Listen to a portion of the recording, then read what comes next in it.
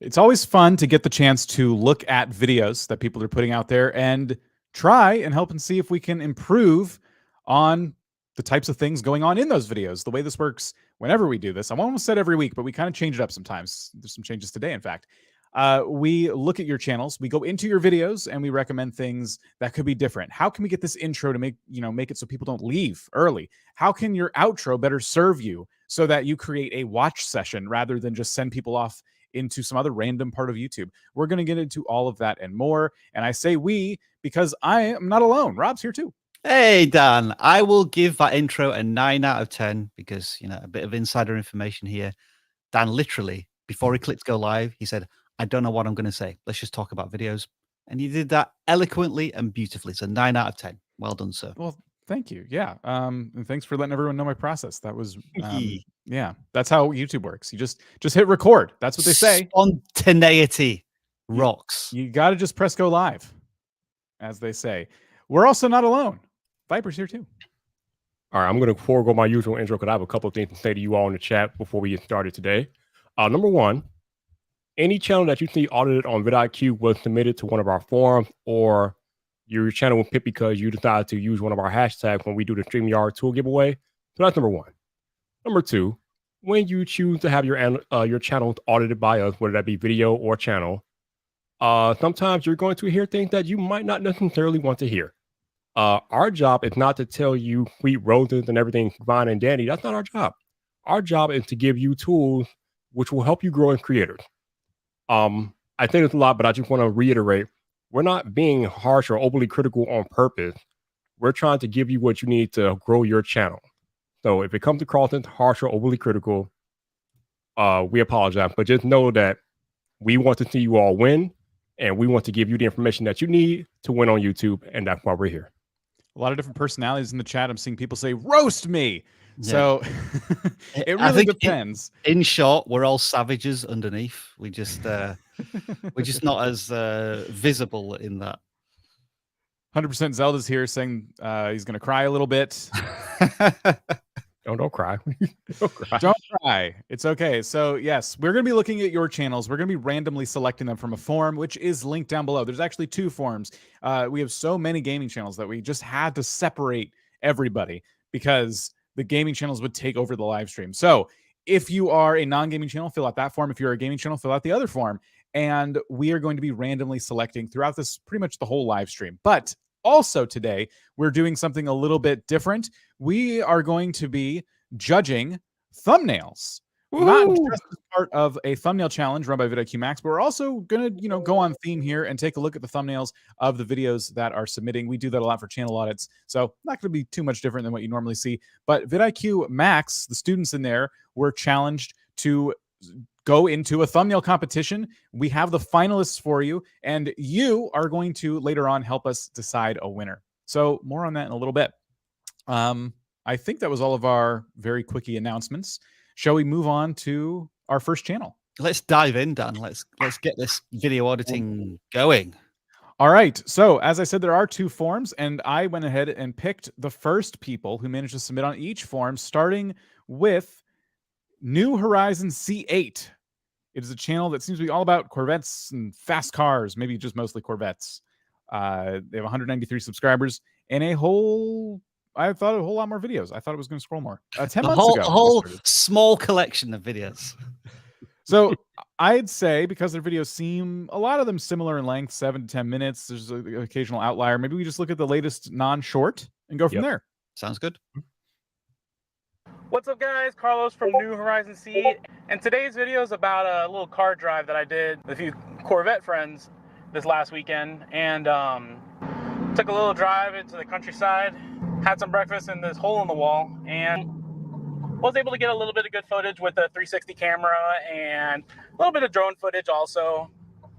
If anyone's curious at what kind of cameras I'm using a GoPro 360 Max on the back of the Corvette, as well as a DJI Air 2S drone.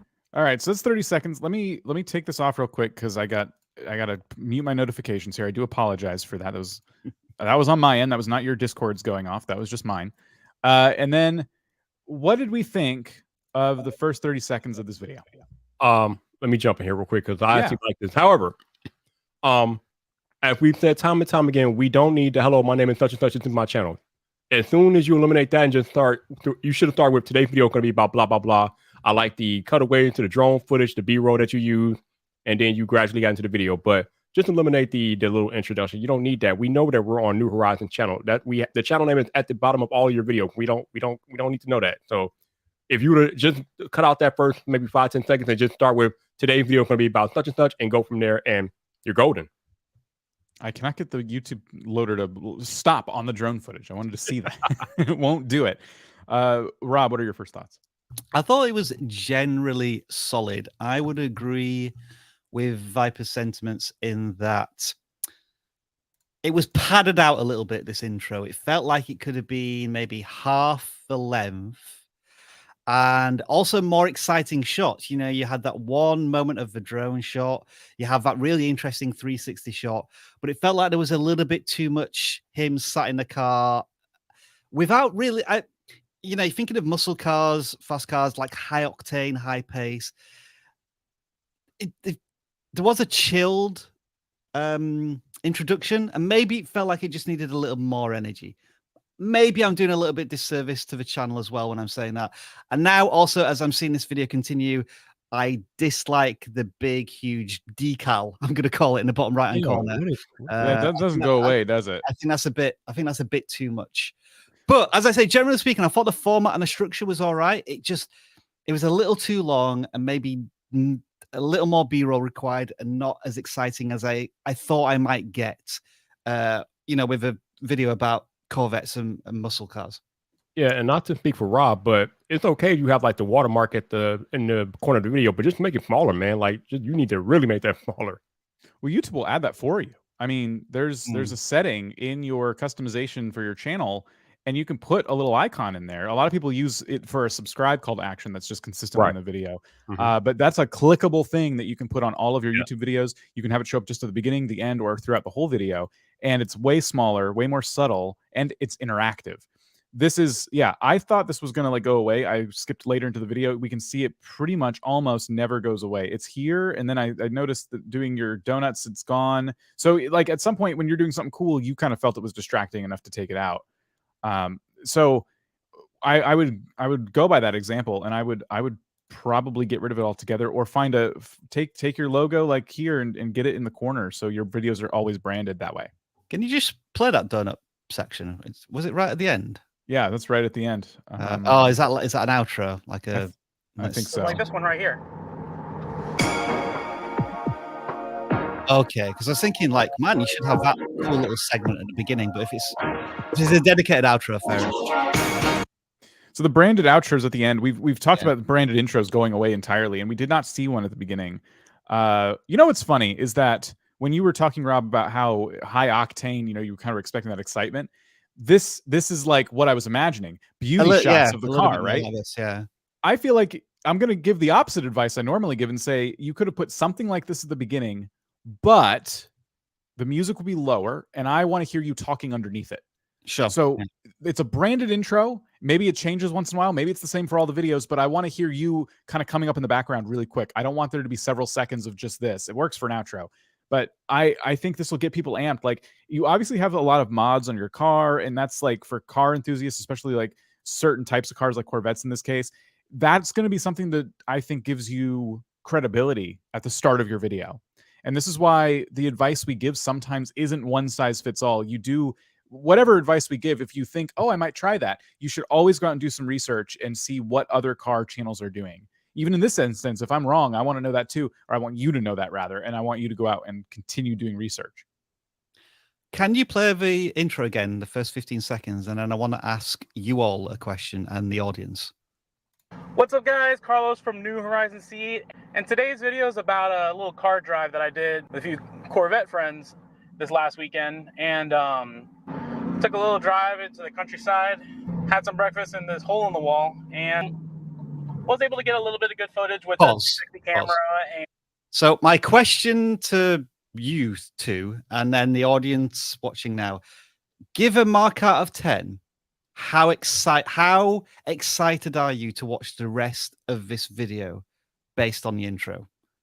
Just let us know in the chat. And then, so Dan and Viper, like, what would your rating be here, like out of 10? How excited? So just a solid 5 from Viper. What about you, Dan? I'm gonna say 1. Oh, well, that's brutal. That is savage. It's because I'm just not What's sensing. up, guys? Carlos from New Horizon Seed, and today's video is about. Look how he used his hand to kind of brush it off. In today's video, hung out with some Corvettes. You know what I mean? Like, and it's a thing that happened in the past, right? So he's recording this intro. He has the opportunity. He knows what's going to be in the video that I'm about to watch. He has the opportunity to sit there and go, we put together a Corvette convoy, and you've never seen anything like this. And instead, it's like, what's up, guys? It's me. It says it down below, but it's me. And also up here in the corner, it says my name. And today we went to breakfast in some hole in the wall. Like, it just, everything seems so, we did this, we did that. You know what? Something I've just discovered here is like a fantastic metaphor for this video as a whole. Your introduction is you stuck in traffic. And that kind of sums up the intro in like, it's not really started. And you talk about, I went for a drive in the countryside. I went to this hole in a wall to have some food. How exciting is that for somebody who's just clicked on your video? Like, what is the ultimate goal of this video in terms of why I should watch it? And I just don't think like I say, I think the production values and like the fact that you have access to these exclusive cars, this is and like the flow of the intro, it's all very good, but just the execution is, as Dan said, you know, that it's not even a word, it's a noise, it's a very flippant. Here's what I'll say. Like, going off of our thumbnail theme for today, the thumbnail, without even looking at the title, says Corvette Convoy with a cool shot where it's like this 360 camera's doing this wrap around. I'll get to that in a second. I see what you were going for there. I think it's kind of cool. There's a big dirt patch in the middle is basically what I was going to say, kind of a negative space in the middle. But anyway, Corvette Convoy, you're showing proof of that in the thumbnail. I get nothing when I come into the video that indicates Corvette Convoy drives through town and takes the place over. And that's I think when it comes to YouTube and it comes to taking something you did and kind of bumping it up to 11 for the audience, that's what it takes. It takes, like, what is to someone walking down the street who saw that convoy, what do you think they thought? Like, what was the thought process in their mind? Like, holy crap. Like, how did this many Corvettes organize this? Like, that is cool, you know? Or there's certain people that might be annoyed by that. You could take either angle. Like, we annoyed the town, or we did a Corvette parade and everyone was excited. Like, I want you thinking of these things, like, because what you organized here or what you were a part of doesn't happen every day. Maybe in your space it does, and in that sense you take it for granted. But people like me, I don't see Corvette convoys walking around. Like, I just never see that. I never see sports car things unless there's like an event rolling through town. You know what I mean? But in this case, I just think there was like great opportunity to take all of your incredible production value and put it to better use for this intro. I can tell the video does get better over time, but unfortunately, I think Viper gave you a 5. I'm giving you a 1 out of 10.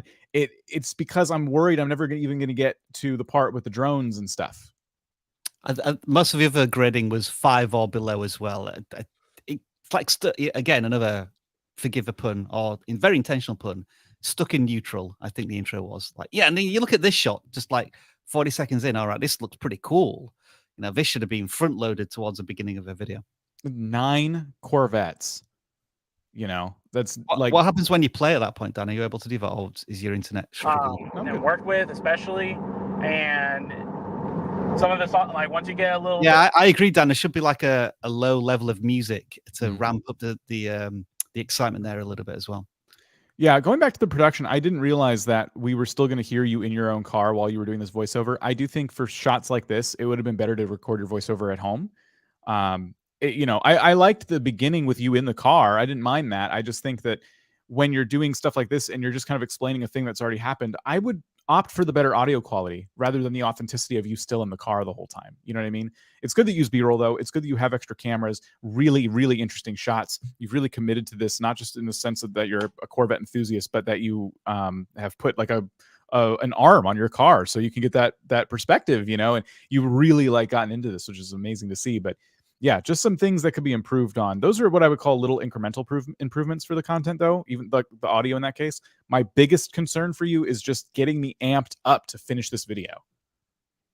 And then I did say I was going to go back to the thumbnail. All I want to see, if you're going to do a Corvette convoy, I like this shot, but thinking about it at thumbnail size, this is what my eye is drawn to in the middle. This kind of like dirt clod here. And the Corvettes are kind of getting lost. I think if you would angle the camera down a little bit or done some other shot, it would have been a better way to communicate it. But I do like the cars all in a line like this. And I understand you're trying to get all of them in the shot, but you know, just 3 or 4 at a different angle would have sufficed. Is it a little too busy? Like, if you didn't have Corvette convoy in the text, would I be able to identify any one of those cars as a Corvette? Just because of the weird angle and, you know, the fisheye lens? Probably not. So that was quite an in-depth video review for New Horizons C8. I know that it got a little harsh. And going back to what Viper said at the beginning, sometimes you're going to hear stuff you might not want to hear. We are only doing this because we want to see people overcome these challenges and grow as creators. Genuinely enjoyed seeing what's gone into this channel so far, not taking anything away from it. I just would love to see them take it to the next level. All right, let's go to the first gaming channel that's submitted. And this was Lime NATO YT. And they are, I believe, a Minecraft channel. There's some Fall Guys in there, a couple different games. We're not doing channel audits, though. We're going to focus specifically on the videos. I just got to pick the one here. So Lime versus the most annoying elements in Roblox. There's a live stream that was 23 minutes. Maybe they edited that down. Live stream.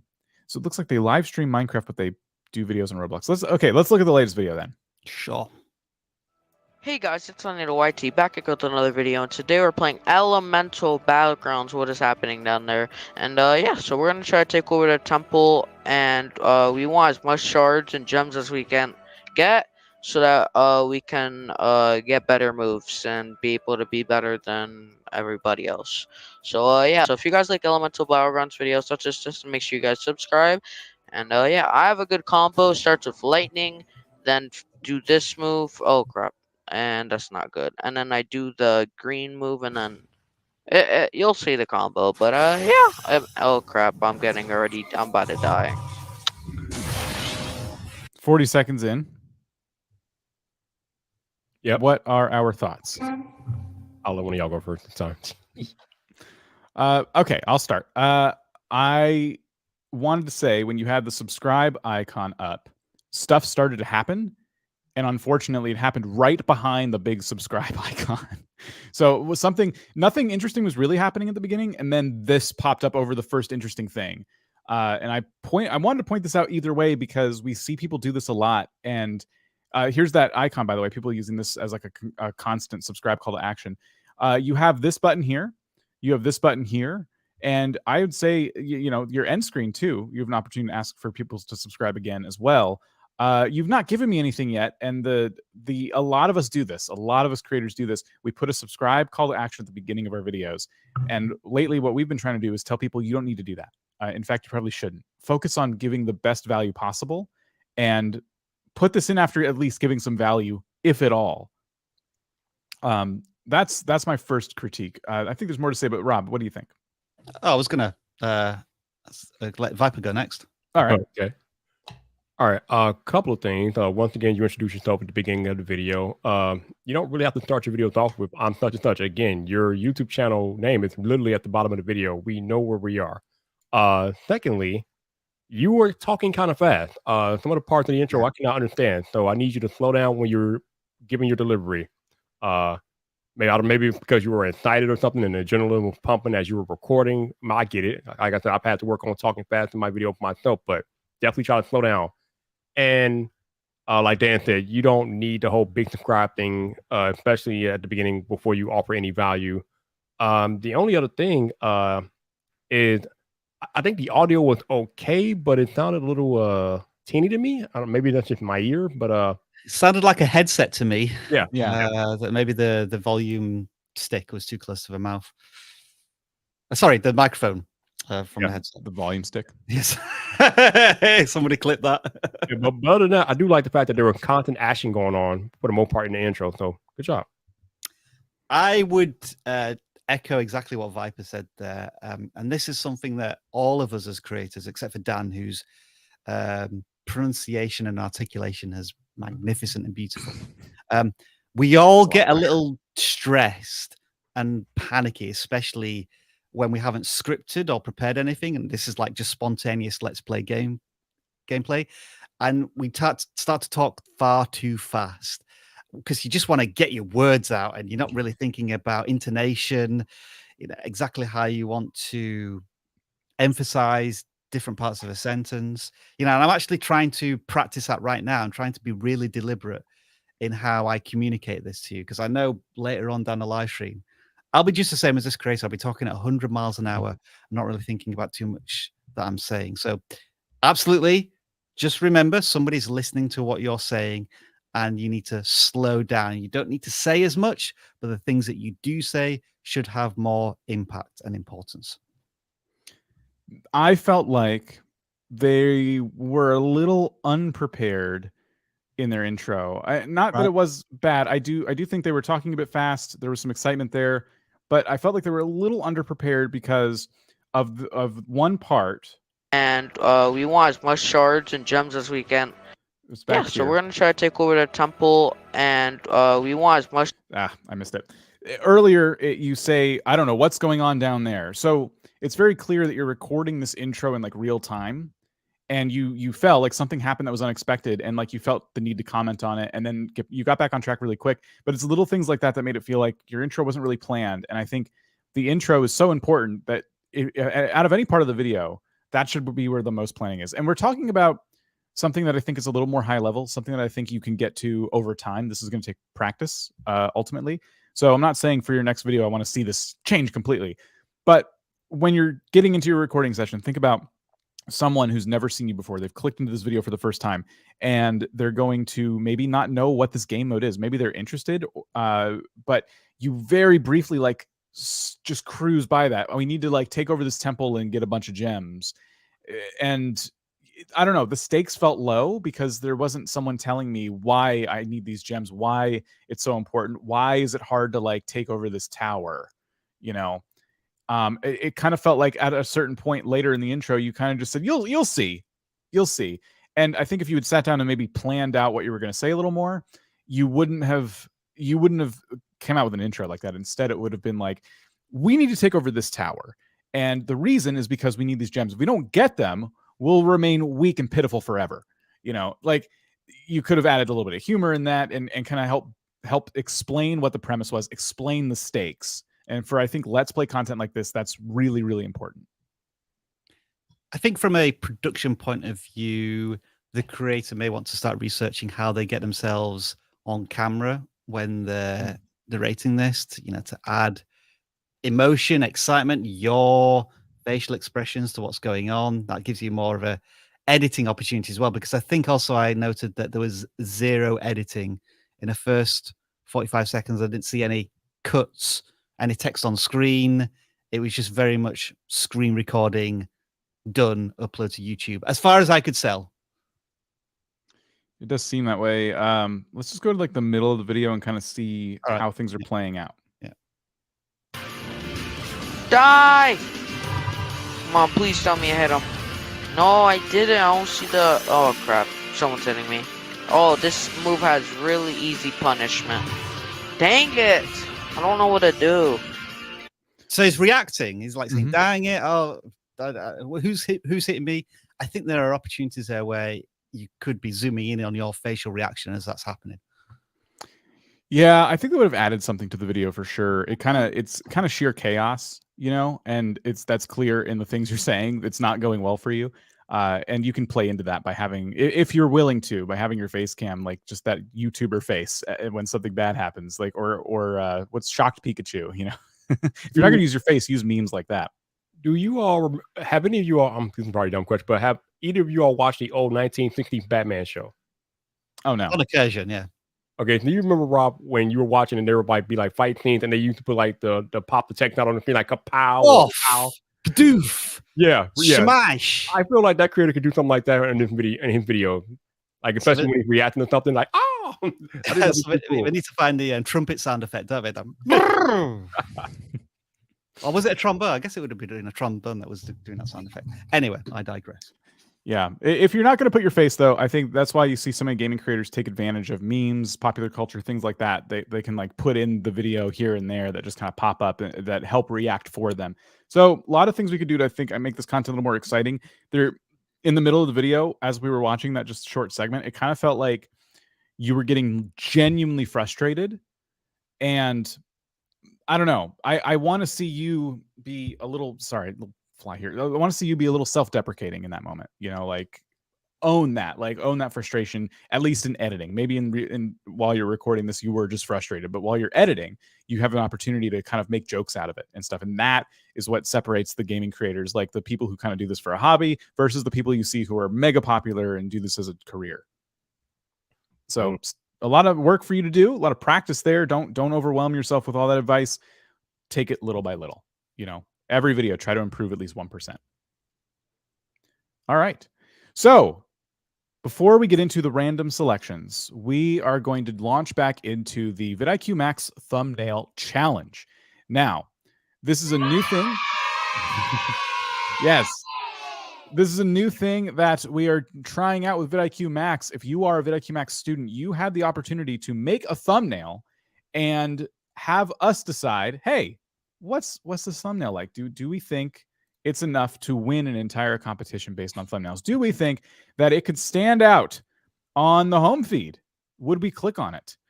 So here's the criteria that each contestant needed to abide by. Does it stand out from the other thumbnails? Does it give you a good idea of what the video is about? And are the contents of the thumbnail viewable on all devices? So that is the criteria that everybody got. This is the first time we're trying this, so it's going to be very clunky. It should be fun. Rob, Viper, and myself are going to bring up the first contestant. We're going to dissect their thumbnail, give our thoughts on it. And by the end of this live stream, we'll have seen 5 different contestants. We are going to narrow it down to the last 2. And you in chat are going to help us decide who the champion of this challenge will be. But we also want to hear your comments in the chat as we're looking at these thumbnails as well. And I'm going to try and keep an eye on them and put some on screen, if any. Yeah, y'all. I see y'all in the chat talk about how we don't pay attention to y'all. So this is y'all chance to get interactive with the live stream. So I better see y'all participating. Absolutely. So give me 1 second here. I got to set some stuff up on my end. Okay, good. And then we are going to bring in, I'm just going to keep the screen like this because we're using overlays and we're just going to be partially covered by this first contestant. So this is Martha's submission from the channel I Love to Paint. And basically the way this works is this creator and all the creators in this contest are using our thumbnail preview tool to compare their thumbnail against thumbnails they would want to like compete against. So real quick, before we get into this, we do want to show you what this tool looks like. So for example, this is a video I recently posted. Any small channel can get recommended on YouTube. It's about small channels having the opportunity to get recommended on YouTube and how you might do that. So I want to rank for the term get recommended on YouTube, right? In theory. And so I'm going to hit preview and search results. And when I do that, I'm already ranking very high. So we rank number 1. This is literally where my video is ranking, but pretend this first video is something different. Theoretically, this would be your video ranking amongst videos that are in the top of this search term. So that's basically how this tool works. We can dive deeper on it a little bit later, but we asked everybody to basically put their thumbnail in the middle of 2 others by typing in a search term on their video and seeing how it looks. And that is how we got the submissions you're seeing right now. So Martha did this, and their video is in the middle there, theoretically ranking amongst the top search terms for, in this case, eco print. That's the term they were trying to rank for. That's why it's highlighted there. Well, we'll start with Rob. What are your general thoughts? So to be clear to everyone, we are critiquing the middle thumbnail. That is the submission. And it's comparing against other thumbnails above and below it, which are from other creators. So my opinion of this is that I like the big clear text at the top. If you're going to use text, make sure it's readable. And they're using white text with a black drop shadow, I think, on this red dye. I guess because I'm a little bit of a layman, novice in this area, the actual cloth or the paper or the dyeing paper behind I don't know if it just lacks some context, but it does just look like some stained, bloody tissue to me. So I think I'm not perhaps getting enough of a context there. Maybe it needs something extra. Like there's an eco side to this. So how could you maybe promote the eco side to it? But versus the other two thumbnails, I don't think the other two thumbnails are really of a great standard, if I'm honest. They don't really stand out or tell me too much about the eco prints. So in terms of standing out against the crowd, I think they do a good job of that. But I'd love to hear Viper's thoughts on this. Okay. This comment by 100% Zelda is exactly how I feel. I just same thing with Rob said. I'm with that. What am I looking at? I don't know what I'm looking at. There is not enough of a differentiation between the paper and the background for me to understand exactly what is going on. I also agree with Rob that I do like the text that it pops out. But if I'm being 100% honest, I don't like any of these thumbnails, to be honest with you. But if we're talking about the person that submitted, that text definitely helped them stand out among the crowd. But you got to do something that really makes that paper pop, because like Rob said, looking at it from afar, especially if you're looking at that on a mobile device, you wouldn't know what that was. So we got to do something about that paper. I do think that we should clarify real quick for everybody that the criteria we're going to be judging this thumbnail on, although I do agree with the critiques we're getting from chat and with you guys both, the criteria we're really judging this on, though, are the two other thumbnails in the space, right? We got to assume that, generally speaking, the thumbnails we're looking at are, they work in this space. There's 802,000 views on the first thumbnail. There's 137,000 views on the third thumbnail. True. Those are videos that have been actually like tried and tested. And even if you guys in chat are looking at this thumbnail like, I don't really love this, the idea is, but does it work for this niche? That's why the other two thumbnails are there. So I agree with all these critiques, though, in general, from a thumbnail standpoint. I don't really know what the paper is either. But my question, I guess, would be to myself, maybe the people, like, do the people who know this space know exactly what that is? I think in this space, that would probably stop the scroll. It would catch my attention versus what else I can see. But then critiquing the thumbnail by itself, I'm still lacking a why. Gotcha. So the title, Botanical Eco Dyeing Paper, How to Eco Print Amazing Pink Paper. And then thumbnail very simply says Easy Eco Dyeing. So that is the first thumbnail. Those are our thoughts on this thumbnail. I think I didn't really share my thoughts. I think I think it is more vibrant than the other two thumbnails, which I do think will help it stand out. And the whole idea of a thumbnail is to stand out, right? You want to make it so people stop scrolling, and at the very least, give your title a chance. They want to, they want to read your title. I think we're not judging the titles, but I do think from a title standpoint, it does feel wordy. It does feel a little bit long. But again, the title below that one is also very long, to the point where it's truncated, and it still has over 100,000 views. One more thing I've just noticed as well here. They want to rank for eco print, but there seems to be a connection with eco print and flowers on the eco prints. So I don't know, maybe there was a missed opportunity there. I don't know. Again, I'm very unfamiliar with the topic. But each of these other thumbnails have connected to flowers. And so why is that? Well, so there you have it. Hold on to your thoughts now on this first one. We're going to come back, and we are going to judge 4 different contestants after that one. So we do 5 total. And now these are all people who submitted way earlier, and they had to go through a lot of trials and tribulations to get to this point. The other students in the Discord have helped narrow this down, the vidIQ Max exclusive Discord. Before we get into the next channel, real quick, vidIQ Max, if you don't know, is our group coaching product here at vidIQ. So you can become a vidIQ Max student, and you get access to a huge catalog of past conversations that have happened with various YouTube experts. Pretty soon here, an employee from YouTube. They're right now, vidIQ Max team is in the process of gathering up all the questions they want to ask the team at YouTube, and then share that exclusively with vidIQ Max students.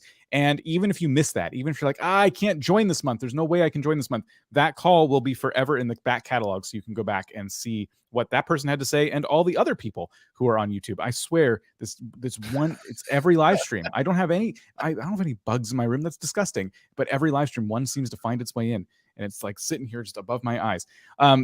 Anyway, you'll also get access to an exclusive Discord full of people who are all across their YouTube journey. We have people who are over 1 million subscribers. We have people who are just starting out, all in vidIQ Max, sharing advice, sharing their tips and their strategy.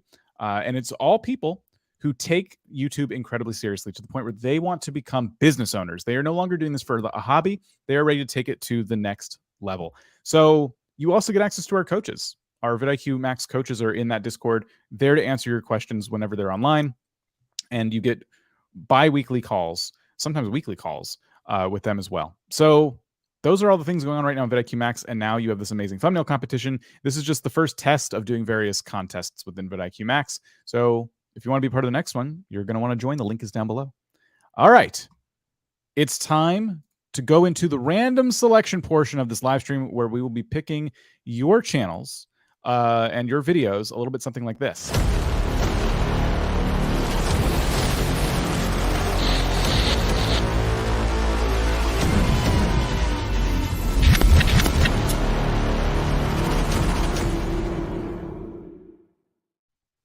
It is the claw.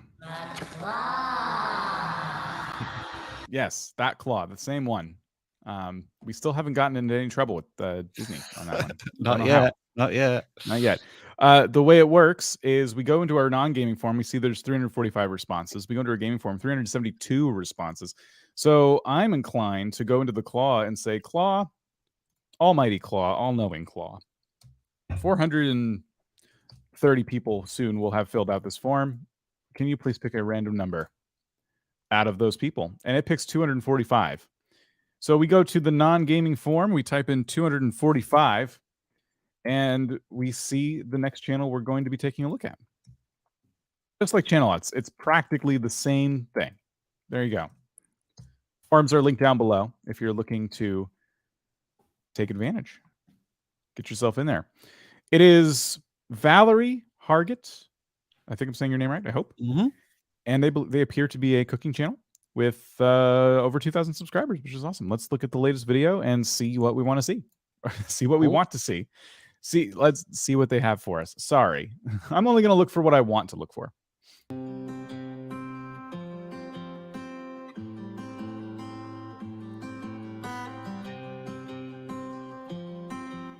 Hey y'all, my name is Valerie and welcome back to my channel. Today I'm going to be showing you 3 delicious casserole recipes. I just love casseroles. And hopefully this will give you some new easy dinner ideas that you and your family are going to love. Now let's go ahead and get started. So almost exactly 30 seconds in, Mm-hmm. and that's the intro. So I'll lead on this one. There you go. So we got a very clear format there, and something that you did at the very beginning, which we would always encourage with cooking channels, education, you are kind of solving a problem here in that you're solving a problem of making something nice to eat. And so you're going to show that solution at the very beginning. And that's what you did with the 3 meals. Then you had the introduction of yourself. And, in contrast to the previous creator, this person was very methodical and very purposeful in their narration. And, it felt like I was listening to this person and I could follow exactly what they were saying, which was excellent. Now, can you do all of that in around about 15 seconds or 10 seconds as opposed to 30 seconds? Because it just labored on a little bit for me. I would say by 30 seconds, I would want to know what you're making, the ingredients, which I think you're about to show next, and then the first stage of creating this meal from the recipe. It just felt like it was a little plodding for me. However, maybe in this space and for your target audience, going at this pace is better suited. I think you'll have to confirm that in your audience retention. So those are my general thoughts. Viper, what do you think? Okay. I am not going to say what I always say because it seems like I'm going to be saying it all live stream long, so I'm going to skip that part. So, 2 things. I need more energy because, hey, y'all, I'm Valerie. I mean, okay, but it seems like you're not interested enough or you just don't care. And I know that might be to me nitpicking, but I need more passion about the dish that you're about to present to us. So I need you to be excited about it. And secondly, $50. Take $50 and go buy yourself a lavalier microphone. I don't care which one you buy, but you're going to take that lavalier mic, clip it to your shirt, and that way the microphone is going to be right up against your chest, and that way the audio will be a lot better, and we won't get the whole reverberation of the kitchen that you're in, and it'll just make for a better audio experience for your listeners. And Dan runs away. I think Dan's fighting with Ant-Man. Oh, man. No, I'm sorry. I'm good. Okay. So, yeah, I would definitely agree. I noticed the audio quality right away. I felt like they were definitely methodical. It felt a little bit long. Part of me wondered for a minute if this is a branded intro. Like, do they use the same exact footage for every video, or is it just the casseroles? Interesting question. I'd say from the thumbnails, not Dan. It looks as if, but by all means, let's play another one very quickly. No, it's same style. Same style. They're showing the final product. Mm-hmm. But I think instead of a music here, or like a low-level music, they should start their introduction. They should start speaking. Yes. And then the camera switches to them in front of camera. So like you're just chopping down the edit a little bit there. We have given this advice before, right? Like we've talked about, if you're a cooking channel, show us a little bit of the finished product, show us something like that is going to make us start like getting really excited to see how to make it. And they're doing that. They're definitely doing that. But yes, I think because you've broken it out into segment 1, show food with just music. Yeah, it's segment very there's a step base, isn't there? And I guess what we're encouraging is to start overlapping those steps. Mm-hmm. Because by the time we get to the 30-second mark, you could already have like ingredients going out, and like we could be over here. So just going back to the casserole video, yeah. So this. Okay, that was no, she started with herself. That is interesting. Which one did I just click on? Was it this one? Yeah. If you want to learn how to make Red Lobster Cheddar Bay biscuits at home, you're not going to want to miss this. So it's just a reversal of that, but I guess we shorter. Yeah, we just want those two things almost on top of each other in the edit. Ooh, no, yeah. Red Lobster Cheddar Bay biscuits are yummy too. I would have started the video right here. Okay, so here's what you say. In today's video, I'm making copycat Red Lobster Cheddar Bay biscuits. And then while you're saying that, without seeing you yet, that's when we see this footage. In today's video, we're going to be making copycat. So that's what we mean when you overlap these two things. I think this intro being quicker and the video being it's probably because the video is just shorter. Like, I think that is a better example of how your intros should be in all of your videos. But even quicker than that, because imagine somebody getting ready to make this for their family at dinner. I always kind of use this with cooking channels that like teach you how to cook. I'm standing in my kitchen. I'm like ready to get into it. And so having people like stand there and like go through the whole YouTube thing is like skip. I just keep tapping my phone because you can tap it a couple times and it'll skip 10 seconds, skip 10 seconds, and I'm just waiting to see like food on a tray. I'm waiting to see ingredients in front of me. Like, okay, now we're started.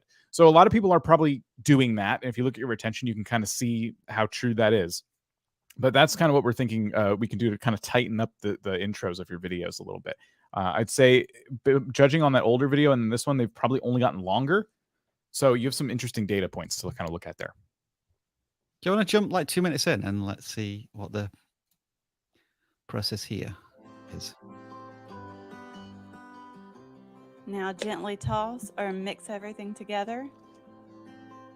So here they're doing voice narration and the audio is much improved, I think. Yes. Mix that one last time to make sure everything is very well incorporated.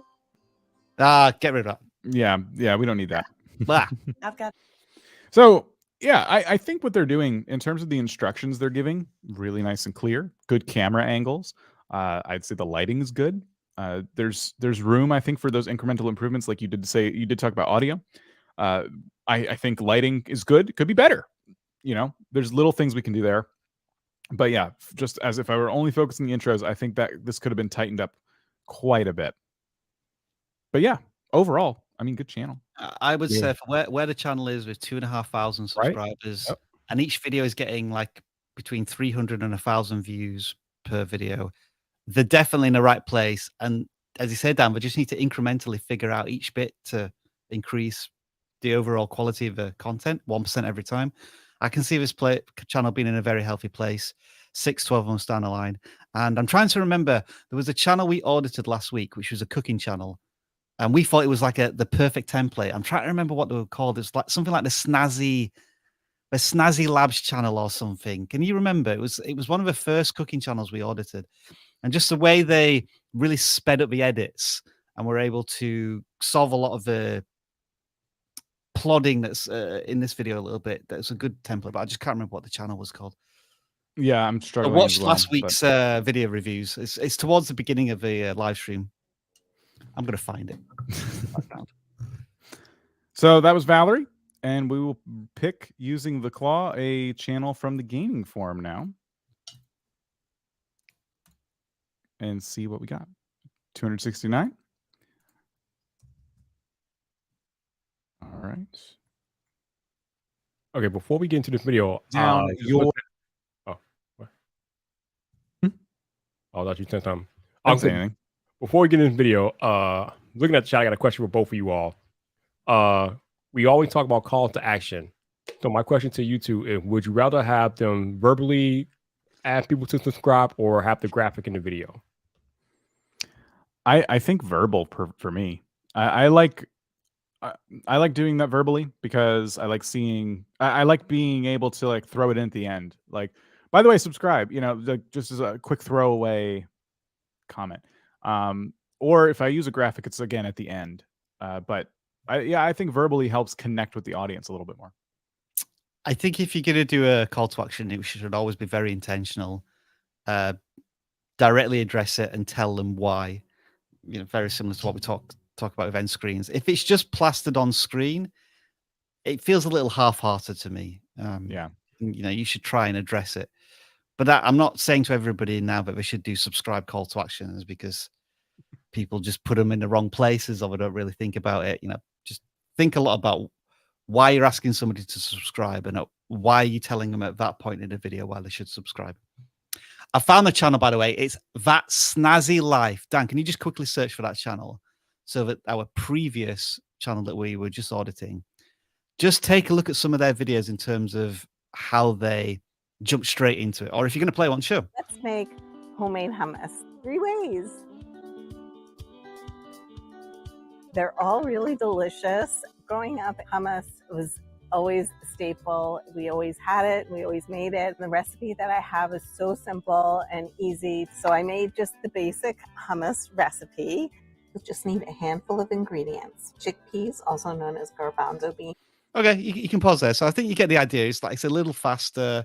There's some B-roll going on there. She actually gave a little bit of history about why she is making this ingredient. So adding a bit of a story to it, a bit of storytelling. So they're all good points that the previous channel could maybe take cues from. So the next channel we're looking at is Zioxy, maybe. I don't know. To me, it could be that, or it could just be a bunch of someone punched their keyboard. And I'm going to call it Channel Peacock. Yeah, it's a Peacock channel. Subscribe now and get WWE wrestling for $5 a month. It looks like they only just started a few weeks ago. So welcome to YouTube. We're going to look at your latest video from 3 days ago about Sea of Thieves.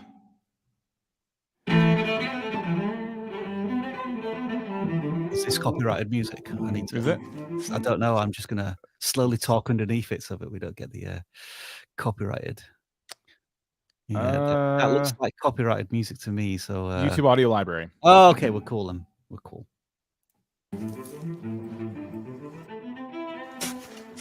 There's a black screen here.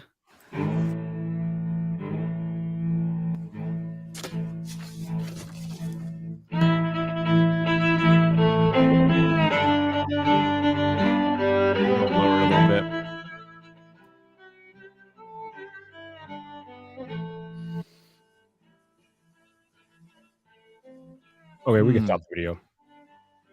We're 35 seconds in. I've seen enough. Okay, so all right, you all. Quick important note here. This is YouTube. This is not network television. The reason why I want to say that is because when people land on your video, there's a 90% chance that they don't know who you are, or that is the very first video of yours they have ever seen. So under no circumstances should you ever start a video with in the previous episode on YouTube. No, you're losing they're gone. That's it. They're out of there. Because then they feel like they might have to go back and watch another one. And if they don't know you, there's no reason for them to invest that type of time in you if they have to invest multiple videos. So again, when we say deliver on the click, you need to deliver on a click immediately. You do not have that cachet to start off a video with that previous episode. All of your videos, well, I should say you should construct your videos in such a way that they can stand on their own. Although I know you all do series and playlists and all that stuff. I get that. But again, when people come to your channel on YouTube, chances are they've never seen any of your videos. So you don't want to scare them away with the end of the previous episode. And then that intro is just too long anyway with the different cuts to different text. You got to get right into it, y'all. Y'all got to get right into it. Can you just play it for a little longer, Dan? I just want to see with some. Okay, all right. They did finally start talking. I was worried about that.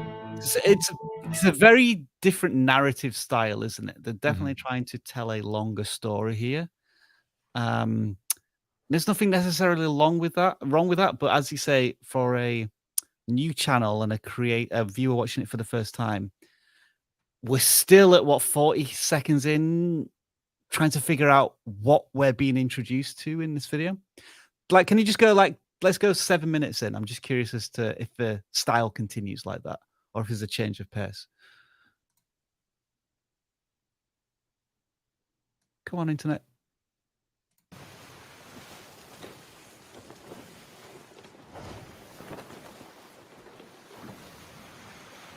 Wow, they are really after me. Look at that. Well, guys, they are closer and closer with every moment. This will be so impressive. Okay. So with Sea of Thieves, I think there is a big roleplay community. Sea of Thieves RP. Let's try that. So this is from 2 years ago. I wanted to see if there's anything more recent, but it looks like the roleplay community is maybe not as active as they used to be. I kind of want to see how this is a similar length video, though. And it felt like they were trying to go for that roleplay vibe because they talk about meeting a player. Let me just see this real quick. Oh, my head. Okay. Right. Oh. Whoa, what happened? Wait. Why am I here? Where am I? So yeah, that's interesting. You see how it's kind of slow. There's not like much going on yet, and they're trying to like really get you into the story. I was wondering if this person was trying to do that with just a different style, black screens, some text on it. I agree that the screens lasted a long time. The whole intro lasted quite a long time. There was a lot of time spent with not a lot of words telling me something that happened in the previous video. And if you're going to do that, if you're going to break the fourth wall anyway, if you are doing roleplay, I'm not sure if you are or not, you can just do that by quickly saying, last time we found some treasure. Now today I need to protect it. Like one sentence, you know, and yes, saying the words last time implies there's more to see, but you're not saying you need to go watch that video or anything like that. You're just saying, you're just giving them context. I have treasure now. You just got here. Maybe this is your first video you're watching. I have treasure. That's all you need to know. It's in the boat. I got to protect it. So that might be like a better way to go forward here, is just to get that previous on out of the way as quick as you can, because it did feel very long, like 30-40 seconds in, and we're still like, the video's not really started yet. And it is quite a commitment here, 27-28 minutes, you know, and it looks like a minute in you have a kind of a branded like episode name here. So it takes over a minute for the episode to actually start. And it's a big commitment for the audience who may not really know who you are yet. So I'd find ways to creatively like speed this up a little bit. Okay, I want to address a comment right here. vidIQ, should you sacrifice the story narrative for pace? Big channels have slow intros. I want to highlight that last sentence. You said big channels have slow intros. Those are big channels. They have an established audience already, so they can afford to get away with stuff that newer channels should not do. if you are a newer channel, if you're just starting out, you should not have slow intros. I would argue you shouldn't have any type of intro for that matter. But especially if you're a newer channel, nobody knows who you are. So you have to provide the value to a viewer as quickly and humanly possible so you can build up that trust with them so they will want to subscribe and come back to your channel.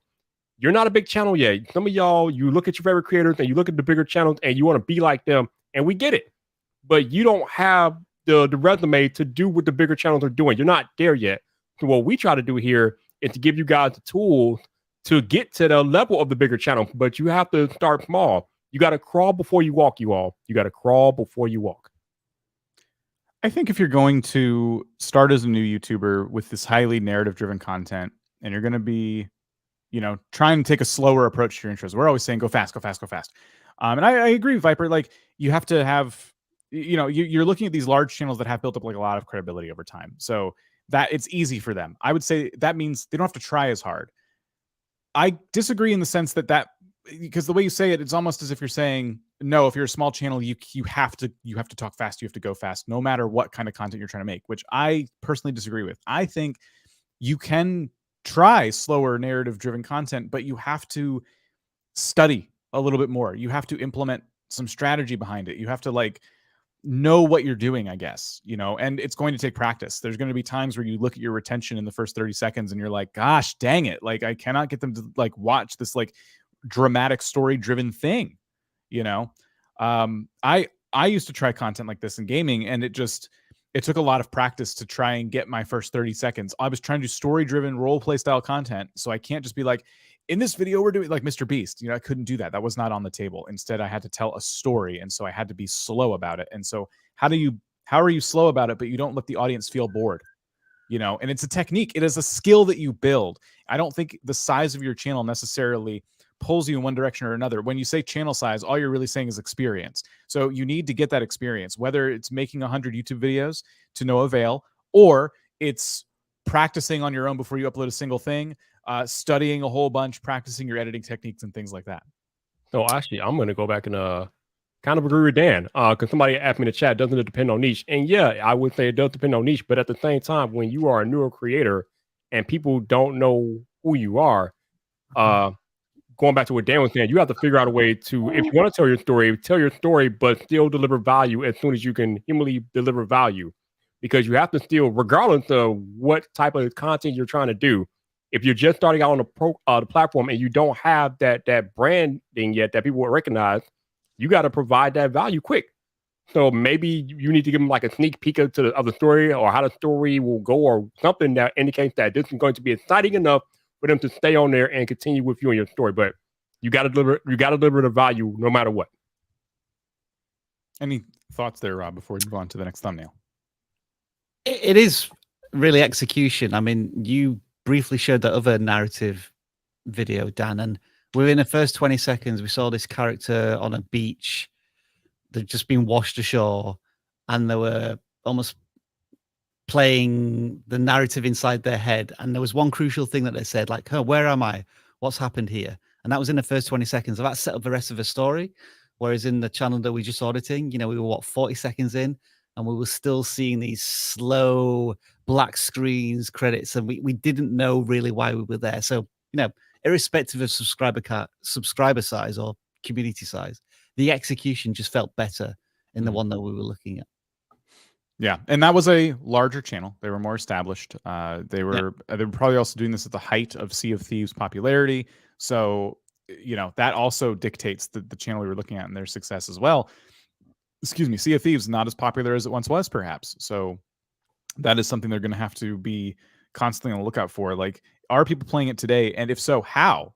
Is the style of roleplay content still on brand, or are people doing something else with the game now? So a lot of good conversation though, and I hope you know, I do hope that everybody tries some new things, and especially if you want to do slower narrative driven stories. Like, it's just a skill you have to refine.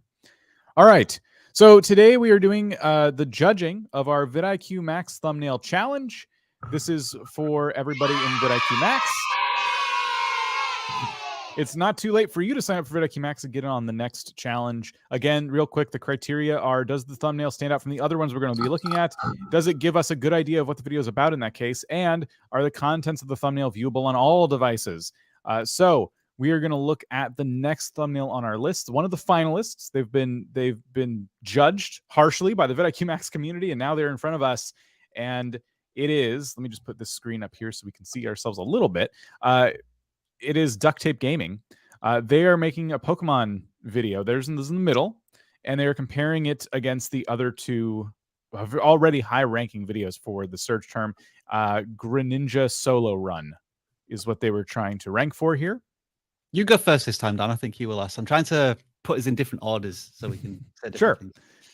So looking at the other two videos, it looks like the top ranking video it's a little bit interesting because it doesn't have a ton of views. It's from a year ago. And then there's one from 2 months ago with 55,000 views. I would say that should be the top ranking. It is a top ranking video, but a little bit interesting. I am looking at the thumbnail, the very first one, and I don't like it at all for this search term. There's a ton of negative space. I don't think that creator used the space very well. Our creator, the one who entered in the contest in the middle, seems to have made fantastic use of the space. Deathless Greninja only.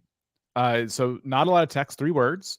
They have the Pokemon taking up more than all of the frame, right? A little bit of them is like cut off, which is good to see. That means they're not afraid to like get a little artistic with their thumbnails. Like unlike the creator above them who wanted to make sure the characters fit completely in the frame, you know, they took a bit of creative liberty there and like managed to crop them out a little bit. And then if you look at the thumbnail at the bottom, which I'll just remove this ticker for a second. Thanks. Yeah, I wanted to look at the timestamp. Yeah. Interesting how it's a 12-minute video versus a 25-second video here, but I'd say they must have taken inspiration from that thumbnail. I think our creator did take inspiration from the one at the bottom. It's filled out like the same way. Same Pokemon on the left side, few words of text on the right side. The only difference is I think the thumbnail below has just more stuff in it. Right? You know, there's a few more logos and text elements and things like that. I'm going to say, based on the criteria we're to judge these thumbnails on, that this is a really solid thumbnail. Who's next, Rob? I don't remember who went second last time. I think it'll be Viper, because I'm sure I went first last time. Ooh, wait. So, yeah, this is actually a pretty good thumbnail. I'm trying to look at this without my sunglasses and see if I'm maybe missing something. It seems like the colors on all of these thumbnails are kind of dull. Or maybe that's just me, my eyesight. I don't know. But yeah, I love the fact that the Pokemon is huge and out there. The text is big, three words less, what I'm always preaching here, so I like that. I wonder though if I wonder for the people that might not be familiar with what that particular Pokemon is, if it would help if there was some type of Pokemon branding in the thumbnail, like the last thumbnail has, even though it's being covered by the timestamp, which is horrible placement. But I wonder, maybe this Pokemon is so famous that there's no Pokemon branding needed. But I wonder if there could have been room for some Pokemon branding just to make the thumbnail stand out to maybe people that know the Pokemon brand, but they don't really know what this particular Pokemon is. I'm a casual when it comes to Pokemon. I've definitely heard and seen this Pokemon before, heard of it and seen it, but it's not one, like if you say Greninja, I generally don't have an image that pops into my head. It's not like Pikachu for me, you know. I'm very casual with this game, but that leads me to think that maybe it is a very popular Pokemon. But yeah, it's a good question. First of all, give me a little bit of love for repositioning myself on camera so that people can see me, as opposed to Viper and Dano just sliced in half. I think the composition of a thumbnail is very good. You know, with the elements are basically a blurred background, text with different colors. So it's even though the font is a bit funny, it's relatively easy to read. And then making the Pokemon itself stand out with the stroke effect. I guess what this is missing is perhaps, as Viper was alluding to, a bit of context or why I should care about this. You're only using this character. Like, what does that mean? Does it mean that it's really difficult to do certain parts of a level? Or if it's a solo run, are you trying to do it in a certain amount of time, or like with a lot less energy? How could you make the stakes more interesting and exciting in a thumbnail itself? But generally speaking, the thumbnail is very solid. It's just lacking curiosity, I think, a big curiosity factor. So you think this person maybe played it a little safe? Or because it's a 25-second video and they make videos on they're making these videos like every day or 2 or 3 times a day, but not spending that much time on a thumbnail. So yeah, Dan, they're almost working from a template and playing it relatively safe. Yeah, I think it would have been interesting if they had taken that risk of like, you know, you're saying in the title it's a solo run. Maybe we see a little bit of the gameplay footage and arrow pointing like went horribly, or I don't know. I wonder if there's other things you could have done to give it the stakes and that bit of intrigue. But I'm not personally. I don't think I'm counting that against them. It is like a thumbnail, partially a design competition. So I'm not really necessarily counting against them. But it would have been interesting to see that kind of angle. You've created a challenge aspect by putting only. So that indicates that you're only using this character in this game, and that represents a challenge. But I think I just want a little bit more from the thumbnail. Wait, Dan, I need some clarification real quick before we move on. If we judge these thumbnails, are we judging them compared to the thumbnails that they're competing against on the top and the bottom? Or are we judging it as just a thumbnail in its vacuum against the other contenders that are competing in this challenge? We are only judging them on against the other thumbnails. But when you say other thumbnail, what other thumbnails? So against the 2 other thumbnails on this picture. Okay. So the top and the bottom. But that's how we determine what the thumbnail looks like and what its competition looks like, right? So that helps us determine, is this a good thumbnail? However, we are going to all sit together and pick a winner out of our 5 different submissions. This was the previous one. Now this is the one we're on. I want to spoil the other ones. Okay.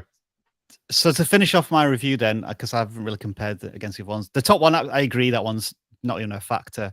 I think the bottom one is perhaps a little overcomplicated. It's trying to say too much. So you almost want like the thumbnail style of like just directly in the middle, like the simplification of our duct tape gaming thumbnail with perhaps just a little more context that the Sprag Owls thumbnail has, but not as much as them, because I think there's too much text on that one. So there you go. That was the second contestant in the vidIQ Max Thumbnail Challenge. We have 3 more contestants. Yeah, we need to do them pretty sharpish, don't we? Yes. We have 3 more to look at today, and then you will choose a winner. Okay. So we're going to go back to the non-gaming form here. We're going to activate the claw once again, and we need to make sure that the form, okay, 429, is that? Yeah, 430. Hey, perfect. Nice. I knew it. 269. It just pulled that number for the last form. All right, well, it's a different form, so conspiracy. I think we need to oil the claw. I love the just go back to the form for a second. I love it, like when we ask the person, what's the channel about? Commentary. I don't know. If we were doing audits, our advice would focus on that right there. Yeah. But we're gonna look at your videos themselves. It's Mr. Silky Bones. Shorts and longs. Shorts and longs. What do we want to look at? Oh, the dank memey nature of this channel. I just don't know. Should we look at the latest short? I was going to say, all right then, sure. Why not? Yeah. Look at that. That looks so cool. That one is like blowing. So like that one's like blowing up. Like it looks like waves. So they're looking outside. I think I see what they're saying. Like the grass is being like blown and it's making it look like water. But my critique is that they didn't hold still. Yeah. You know, this might make for a good short, but you have to hold still. I can't see. And like you keep moving the phone and putting your hand in front of it. Yeah. The hand thing got me. There's like a satisfying element to this and you're totally stomping on it right now. Yeah. It's like this is visually satisfying content that turned into visually excruciatingly frustrating. Yeah, the whole time I was just like, I want to see it. I want to see it. Keep playing. Sorry? Keep playing. It's pretty short. That looks so cool. Oh, that was it, right? Okay. Yeah, it is a YouTube short after all. See, like right here, I would have just held the phone still right here. so we could see the wind pushing the grass. Yeah. Do we want to look at a different one? Yeah. let's do that. Let's have a look at one of the long form ones. I was going to say the problem with movie theater speakers. So that's just below the short, Dan. I'm gonna. Oh wait. Okay. Or if you want, that one. Hello, everybody. My name is Mr. Skillybones, and today's topic, you can already tell by the topic, is by the title. So without further ado, let's start the video. So the problem I have with front seats and movie theaters is that the fucking speakers. Oh, right. Okay. Okay. Yeah. Please pay for Filmora. Yeah. Is my first. Okay. critique. So I see y'all in the chat. Yes, as a kid, we know it's a kid. But guess what, you all? I'm gonna say something really harsh that y'all may or may not agree with. The viewers don't care if it's a kid. If the content is not on point, the viewers are gone. So the viewers do not care if it's a kid or an adult making the content. With that being said, yes, please figure out a way to pay for Filmora or get that watermark removed because that's hideous. And your audio, what is happening with the audio levels? If they're like waves, they're like up, down, up, down. I'm not understanding what's happening. It's like here. the grass. Yeah. So you gotta do something about the audio, man, because the audio will kill it instantly. So audio, 100%. Filmora logo, gone. Like I think if you're going to have to use a free version of a video editor, it's time to ask yourself, how serious am I about YouTube? Because you're going to need to buy something. Like YouTube, yes, you can upload it to it for free. You don't have to pay for the server space, free real estate to put your videos on, as many as you want, as long as you want, which is awesome. But everyone who's doing YouTube has spent money on something, whether it is a video game console, a gaming PC, just a computer to edit on, or a tablet, a camera, a phone. Your phone. People think that, oh, I can use YouTube for free if I just use my phone. Well, your phone costs something too. Like, yes, you needed it anyway, but YouTube is some kind of investment. So please pay for your editing software to get rid of this watermark. It's no matter who you are on YouTube, this is the #1 indicator of I am an amateur creator, and we're here to help you so you don't look like an amateur creator. And I have to give that advice. I can't not give that advice here. But it is for practice sake. If you're just still trying to feel this out, we can tell the channel doesn't really have a strong focus. Don't pay for it. If you're trying to just learn, like, I don't even know if I like this though, Dan, I don't want to pay for this yet, then don't. But understand that if you're coming to us and saying, well, how do I grow this channel? That has to be some of our advice, I think. What is the best free video editor, presumably on PC? DaVinci Resolve is the one I hear about the most. They have a really robust free something that's editor. Less complicated. Something like in between Movie Maker and DaVinci Resolve. What is available as a free option? I don't know. I didn't spend too much time in free video editor land. I just kind of picked one that I was comfortable with and went with it forever. Rob, this is another potential video idea for the channel. Taking a look at the best starting editing software. Yeah, but then I'd have to learn how to use them. I ain't got time for that. Not necessarily. As long as you give it the basic features and how it looks free. I mean, I don't know if you have to use them. I learn how to use them per se. Somebody there recommending Blender. Isn't that one of the most impenetrable pieces of software to understand? Blender's for creating like animated models or something. Maybe there's a video editing tool that they have. I don't know. A lot of people are saying DaVinci Resolve, which is free. I just thought that was like quite comprehensive and might be a little intimidating to a new user. Going back to what I was saying, YouTube is an investment. Maybe you find a perfectly amazing, capable free editing software. There's going to be a time investment in learning how to use it. Yep. So there's going to be some kind of trade-off here when you do YouTube. Now, that aside, I think the big mistake you made in terms of the actual like content here is saying, welcome back to the channel. My name is Mr. Skillybones. Sorry, I called you Silky Bones earlier. Your name is Mr. Skillybones. And I can read, you guys can read the title. You already know what the video's about, so let's get started. There was like maybe like 10 seconds of that. But you admitted to us that you didn't need it. So like cut it out. You know, you're using video editing software. We know that. You could have used it to cut that part out and just start the video and start saying, this is what I don't like about movie theater speakers. You know, just start the video. And then, of course, Viper already pointed out the audio. we just could not understand you, which was like also something to look at. I think it just kind of phased in and out, and it makes it really, really hard to concentrate. And I think that's going to get a lot of people to click away as well. I was told you all- also curious on the decision to talk about this topic whilst playing a video game. Because, obviously the things aren't necessarily directly related, but I know this is what a lot of gaming channels have done in the past when they want to do commentary on something that isn't necessarily about gaming. They'll just have gaming footage in the background, which has always been a personal bugbear of mine, in that it kind of like feels like a cheap visual way out, but it does work for some creators. I'm just wondering if they're going to continue to do that. They're just going to play a game while talking about sports or politics or buying a new piece of tech. Is that the way to go forward? Is that going to work in 2022? I'm not convinced. A lot of channels do it, but you have to like commit to it at the same time. So you always should be playing Halo, and you always should be using that as like your, you know what I mean, or a first-person shooter or something. But I've seen successful channels like news channels play a game in the background. It's really weird. They don't want to be on camera, but they always play the same kind of game. It's interesting. I think it's Optimus who does this. They've got like 1 million subscribers, but they just play a game while like talking about so Optimus on one video is talking about Will Smith's horrible apology, and they're just playing Rocket League while talking about it. But they have a huge following. Yeah. So they just talk about any topic, but they just play a game in the background.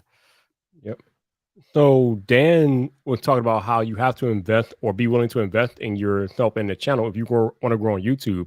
And I saw some of the comments saying, no, we don't have to spend money. That's fine. You technically you don't have to spend any money, but do not expect to grow your channel to any great length if you are not willing to invest in the channel. I told you all yesterday, I will say it again today. To make money, you got to spend money. Okay. If you want your channel to grow, you're going to have to, at some point, spend money to make it better. That's with any business in life. You got to be willing to spend money to make money. It's just the reality of where we're at. Our free advice can only take you so far. So, I mean, you got to learn how to use the video editing software. You got to train yourself in thumbnails. There's time investments and there's monetary investments, and they can be as little as a couple dollars. They could be as expensive as thousands and thousands of dollars when it comes to YouTube. Look at someone like Mr. Beast spends millions on one video. I'm curious, how long has a creator been going on at this? 2 months. Okay. So let's step 10 feet back here and say a new creator. They're obviously quite young, so they may not have the resources available to spend a lot on tech and products and stuff. It's clear that you have a great passion for becoming a YouTube creator. So never let us stop you from doing that. Keep creating content.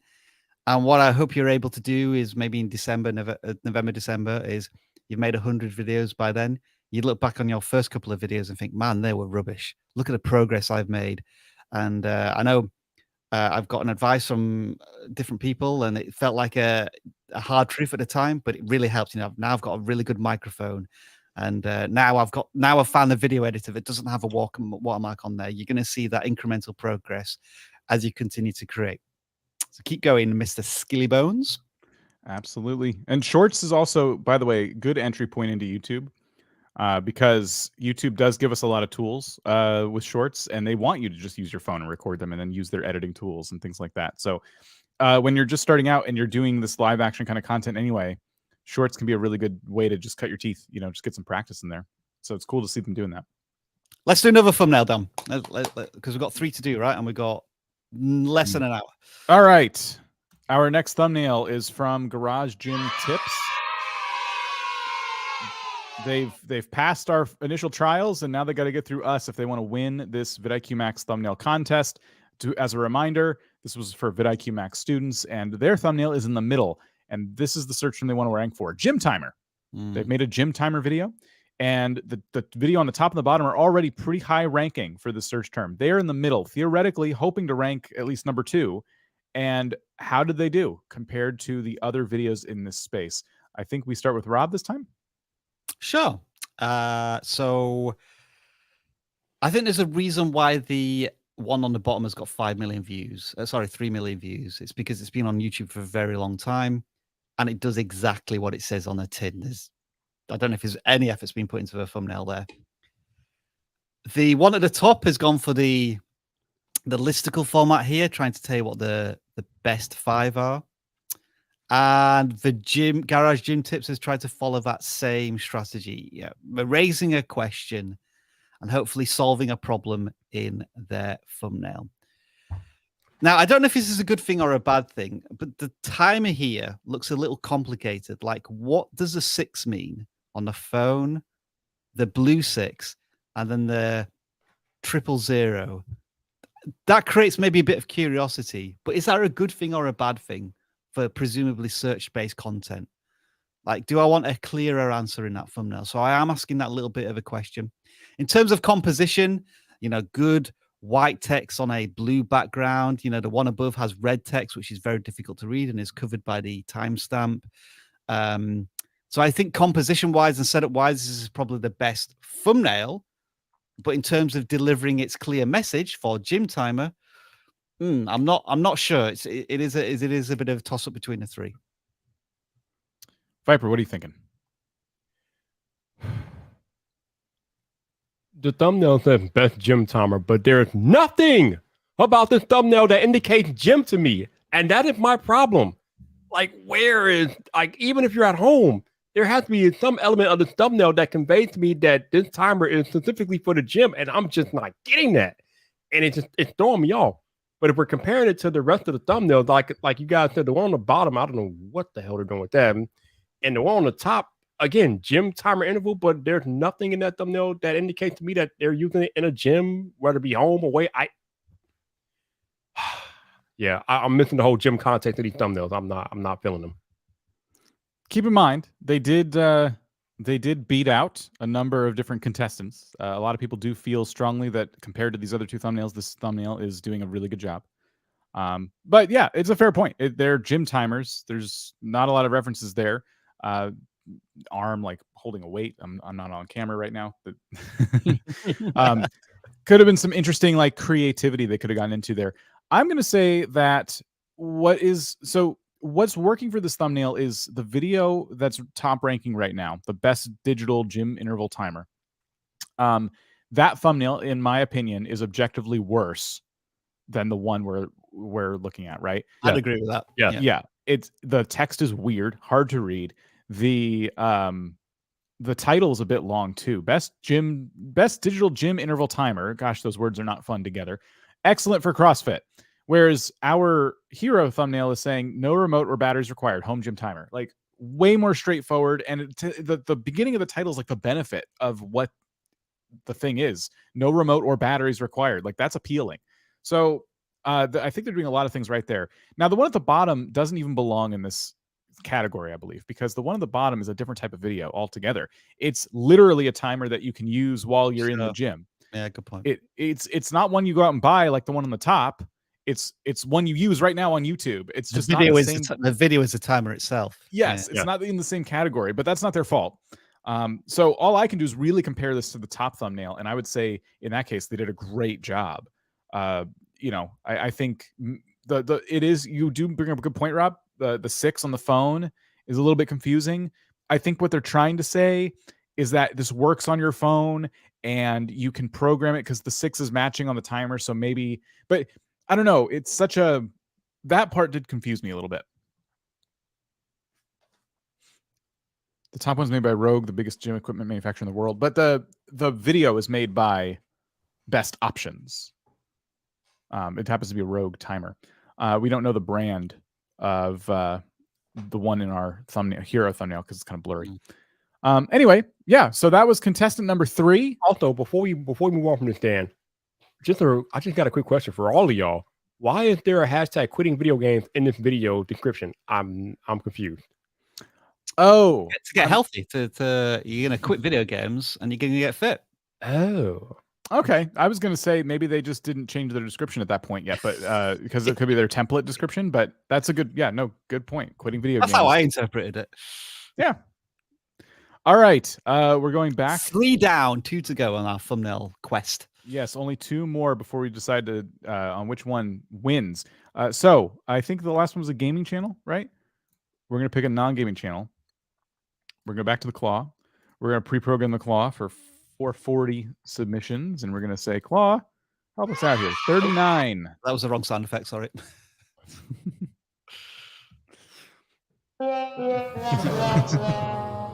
I found it now. All right. They need to take our sound effects away. All of us.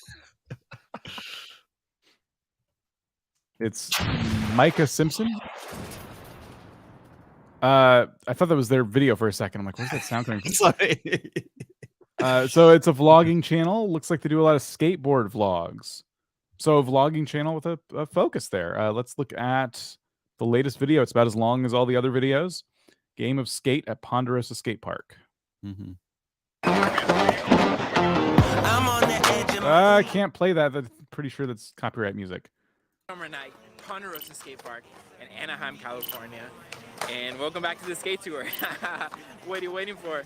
Let's go skate. I don't think we can play the audio, but it looks like there's some music. They're introducing the characters in the video. A lot of music I can't play. Mm-hmm. We're 30 seconds in. What do we think? Music is kind of loud. I don't think there was any narration over it, though, was there? I think at the beginning there was not. They were just kind of using it as like the intro music to get you hyped up. Yeah. Either way, I think the music is a tad bit loud. I mean, he got to the intro pretty quickly, so I guess I can give him a point for that. I mean, I like the fact that they're cutting from different characters that are going to be part of the video, and they're letting us know who they are, I should say. So, I mean, I don't know if I have too many issues with this particular intro. I thought it was pretty sharp, pretty had some edge to it. You know, we were talking about the car channel at the very beginning.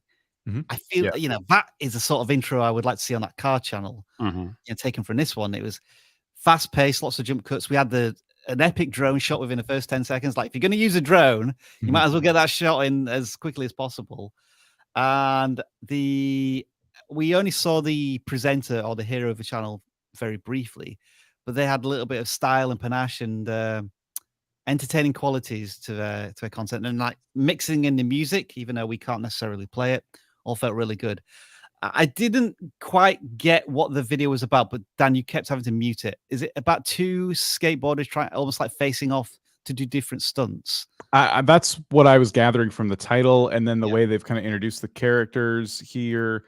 Let's see. There's music throughout that I'm not sure they're allowed to use or not. It's just not a risk I'm willing to take. What does the description say? Does the description include anything about? Welcome back to Skate Tour. Today we do night skate at Ponderosa. I mean, any copyright stuff. Yeah. So, sorry. Oh, yeah. It looks as if they are using stuff. Yeah. Right. Okay. Yeah, we can't play that. I would be careful to do that in the future as you work towards monetization on your channel, because these videos won't ever be able to like make you money. So I'd be getting like an Epidemic Sound or a subscription service like that to try and get similar music, but music you are licensed to use.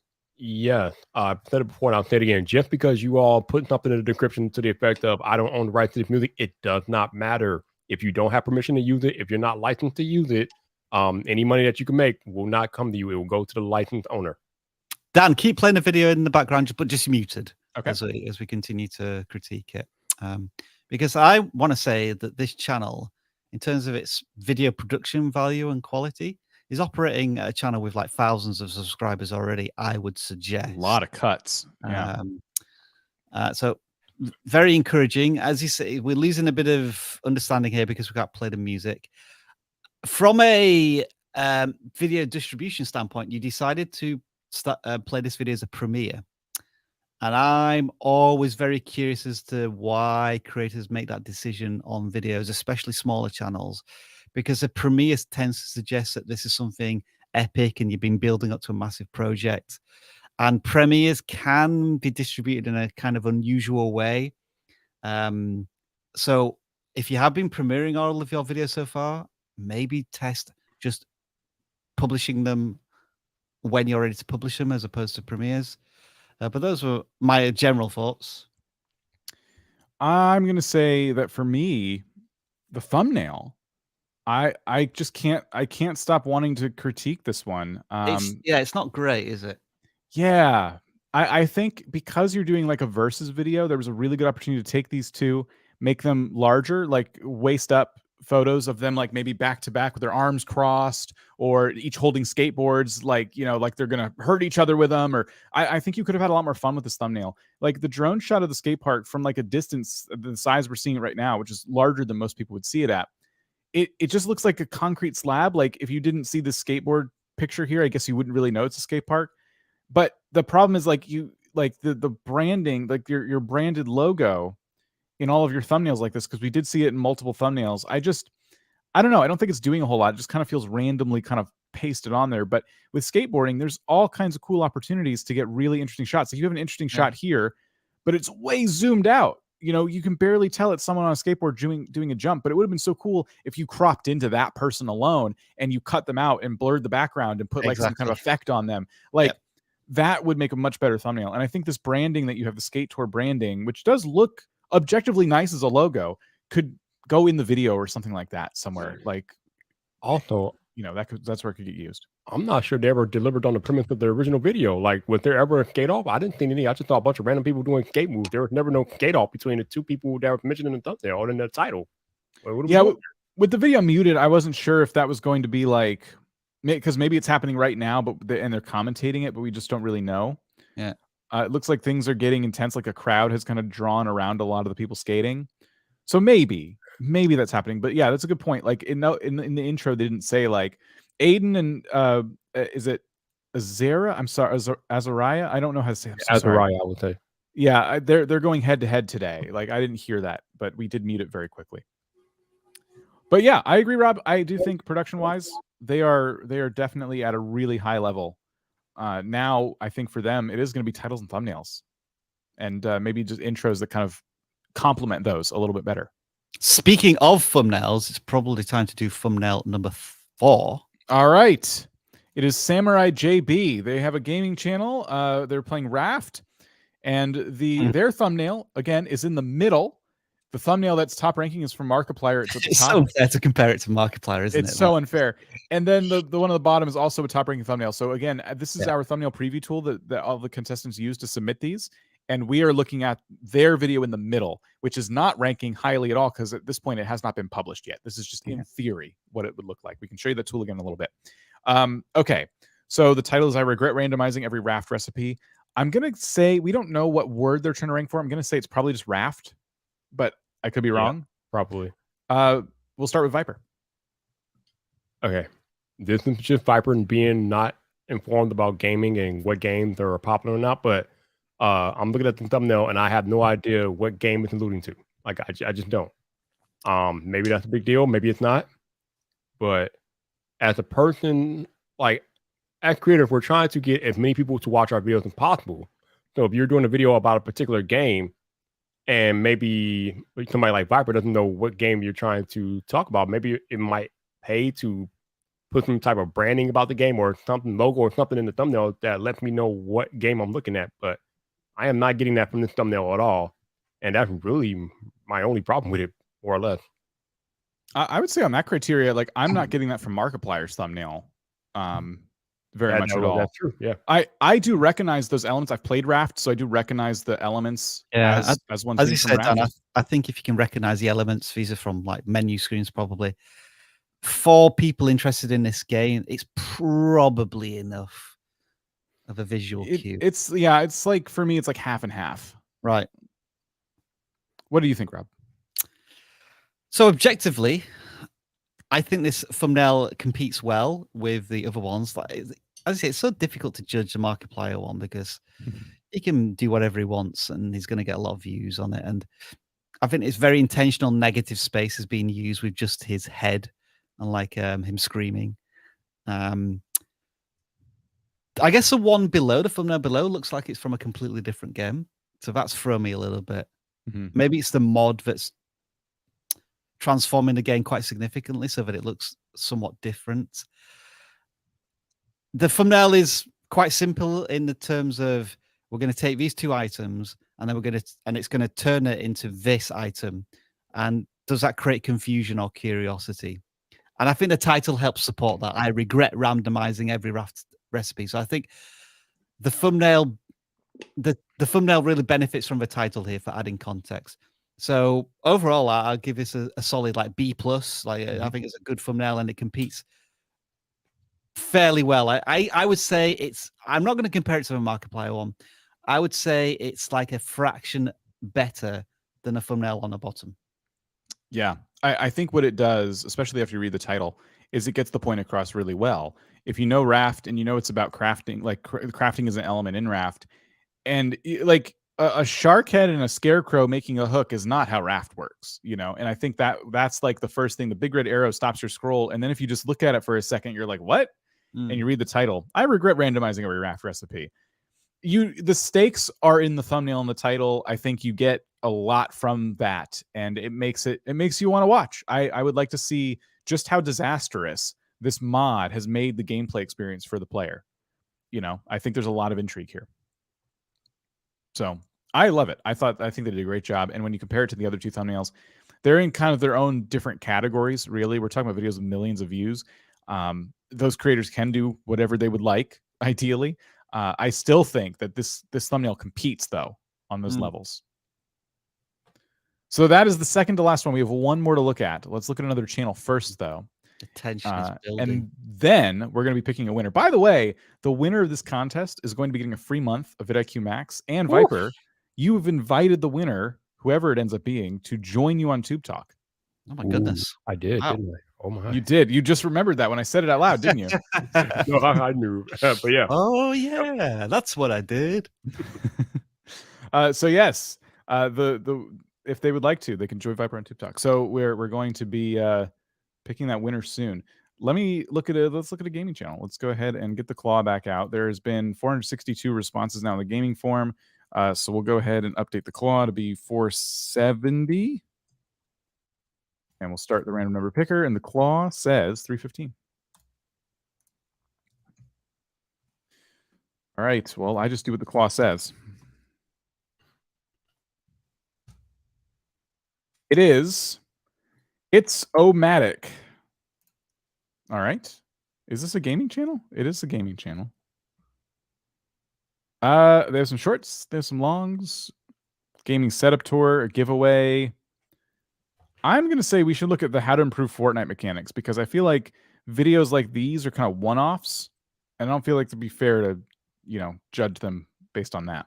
Yeah. I think we look at and we assume that this is more like one of their normal videos. Mm-hmm. I think we should also, after that, we should watch the remote freezing video, because those are 3 shorts in a row, and those are not doing very well. So I would like to know why they're not doing very well. Yeah. All right. I don't know if that intro has branded. Okay, I think we have our answer. All right. Today I'm going to be showing you how to improve your mechanics on Fortnite. Now, before we get to the video, I would like to say that there's a few maps I do recommend. I don't know if I can play the audio because of the music. Again, I just don't know if that's music that is okay for YouTube without getting copyrights. We're not seeing anything in the description. I already have stuff to say, though, only being 20 seconds in. I'll play it a little bit more. What are you thinking? Rob, would you like to go first? Yeah, so there was a couple of red flags there, wasn't it? In that the branded intro was the first thing that kicked off the video. And he also said something along the lines of, when you have trigger words that you shouldn't say when you end the video, like, thanks for watching, hope you enjoyed this video.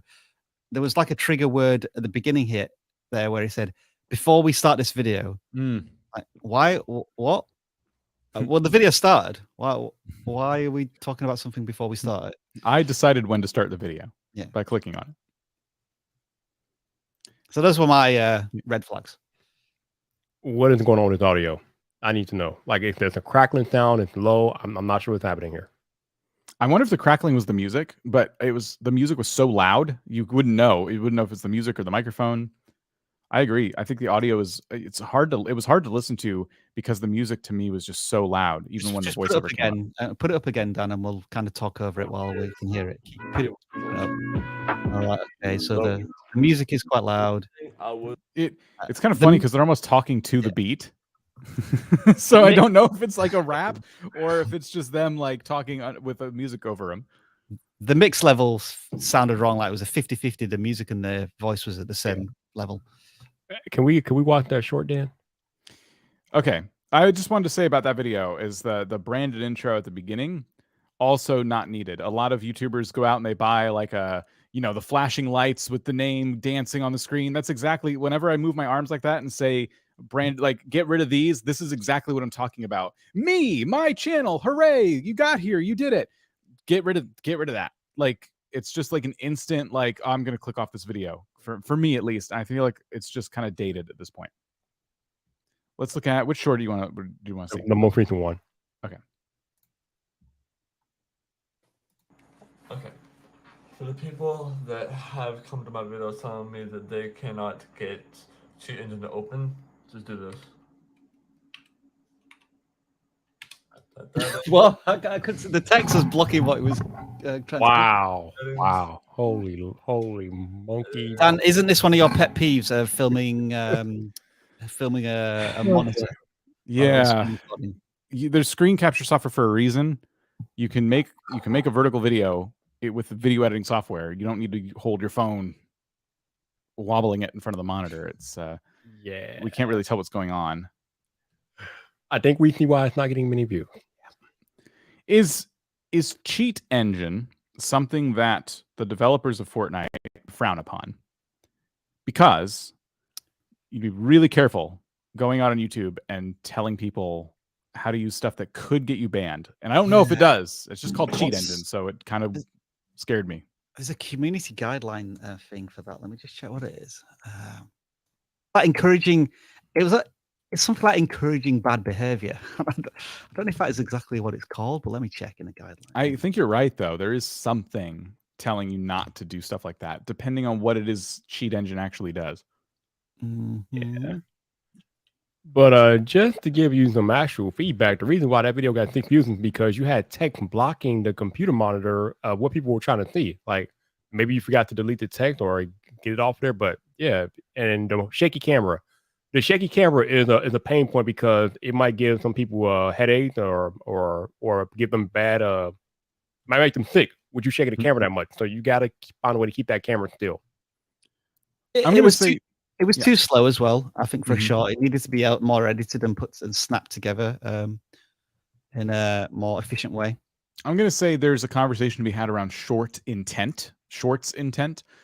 If you're going to make a YouTube short and you're saying, my audience has been asking me in the comments how to make this work, you have to stop for a second and ask yourself, is a short the right place to put this? Because if the audience watching your long form videos is asking this question, you want to make a long form video about it. I think YouTube shorts that may not get to your regular audience. Shorts appear in a different part of YouTube, and the people who watch shorts aren't always the same people who watch long form videos. And YouTube knows that, and they've kind of separated the two a little bit. And YouTube has admitted that these two things, when someone watches your shorts, doesn't mean they're going to get recommended your long form videos. And it's something that they're working on. But as of right now, it's almost like running 2 separate channels in one in some cases. So it just something to keep in mind. I would say the intent there, it should have been for your regular viewers who watch your regular content, your long form videos. And maybe you can make a separate short for anybody, but I kind of felt like I wasn't part of the club when you said that. I kind of felt like, oh, I guess, this is not a problem that relates to me. So intent could also just be the way you approach that short. This is how you fix Cheat Engine in Fortnite. Don't worry about your audience saying this or that or the other. Just make it for somebody brand new. That was a really long way to say just that one point. I think I'm getting to that point in the day where I'm just my coffee's running out. Thumbnail time. Thank you for your submissions. We are doing the vidIQ Max Thumbnail Challenge. We're judging I believe this is our final thumbnail. Yeah. And then we're going to all work together to pick a winner for this. So it is Everything Gwen. We are looking at the thumbnail in the middle, the thumbnail on the top, and the bottom. Those are already highly ranking videos for the search term that Gwen is trying to rank for. So you can assume that these are the videos in Gwen's space, and Gwen wants to stand out above the crowd. So we're looking at the one that says turn ideas into layouts. Who Okay. wants to go first? I think it's Got your it. turn, Viper. I only got one critique of this thumbnail. Below or make larger the picture of the child. That's my only critique. If that picture was bigger, and I'm not saying it has to be the whole length of the thumbnail bigger, but just a little bit bigger, so we can clearly see her face and her outfit and whatever. I think you'd have to. I mean, it's already a banger thumbnail, but I think that will make it even better. Rob, your thoughts? I think by quite a distance, this is the best thumbnail of the three that we can see here. The top one, I don't even know if that's like a channel banner or something. I can't get anything from that thumbnail. And the bottom one, it has some fancy fonts, and it's a zoomed out image of somebody's, I guess, workspace, which when you shrink it down to postage stamp size as a thumbnail, very difficult to read. And, what is it trying to tell me? Whereas the middle thumbnail, it's telling me something directly. It's providing a solution to a problem, turning ideas into layouts.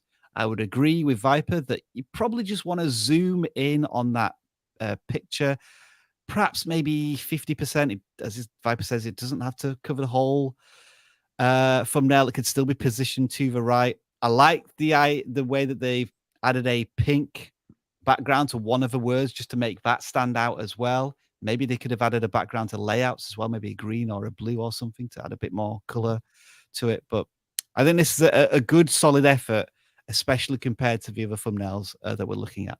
I guess we do need to put this into a bit of context.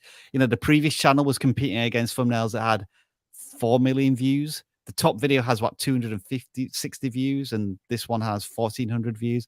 So it's a very niche topic that I think the creator is trying to rank on. I wonder what the search term is that they're looking for. Is it secret scrapbooking, or is it scrapbooking success, or is it just scrapbook? I think it looks like it might be just scrapbooking.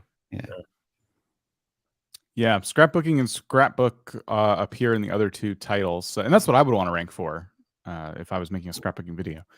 So I think this is a great thumbnail when compared to the other two. I feel like the one at the top just didn't do a great job of saying scrapbooking in any way, shape, or form. And thumbnail on the bottom, as you said, it's kind of they kind of just like took a picture of their room where it looks like the room of someone who would scrapbook, which is fair, but it's so busy because of all the elements that are in focus. So our hero thumbnail looks fantastic, in this space when compared to the other two. It definitely wins its battle against its own thumbnails, but what about the others? Yes, we'll find out soon. So for the vidIQ Max thumbnail challenge, we've been judging these thumbnails against thumbnails in their space. So next, we're going to judge these thumbnails against one another, and you are going to help us decide who wins the vidIQ Max thumbnail challenge. That'll be next after we do another channel. Sponsored by The Claw. Where's The Claw? I've got to press Claw? a button. I got scared. I think it's a non-gaming channel next. And we have 455 submissions. And we're good. All right, Claw. 453. Oof. Oh, close to the limit. All right, it's Arcadia Relax Tube, hub for meditation music. This is going to be certainly a very different video to audit. Yes. My guess. Not the usual intro.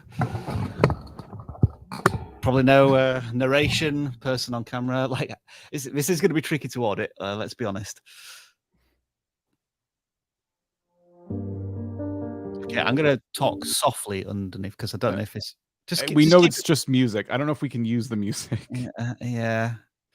It doesn't have... Oh, wait, it does. It does. Yeah, licenses, okay, third party. Yeah, blah, we don't blah, have blah. that license. Okay. Okay. So we know it's just a picture of a flower and meditation music in the background. Rob, your thoughts. Thanks, Dan. So, what can we critique here? How long is the video? First of all, let's check. 3 hours. They're trying to appeal to somebody who may be trying to go to sleep, or they're doing some work. They want some calming music in the background. So the video length makes sense to me. Does it need to be visually appealing and satisfying? We have seen some channels that do this, that do have graphics on screen. You know, the biggest example of this is a lo-fi girl who's always studying as the music is playing.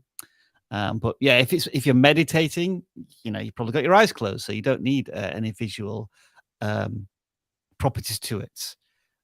What about this one? Just skip like 10 minutes in, Dan. Does this have? Oh. Did that have like any visual aspects to it? Okay, so that's got a bit of visual movement to it. Interesting how people jump around. Oh yeah, that's curious, isn't it? Yeah. Anyway, going back to going back to this one, I mean, this really deserves. I'm just being honest here. Really deserves a channel audit as opposed to a video audit. I agree. Try and determine if they're hitting the right target audience with every video that we're making. Let's quickly play a short and see how that differs. Okay, so it's just got some calming wave background music and a bit of music kicking in there, and a verse, motivational text.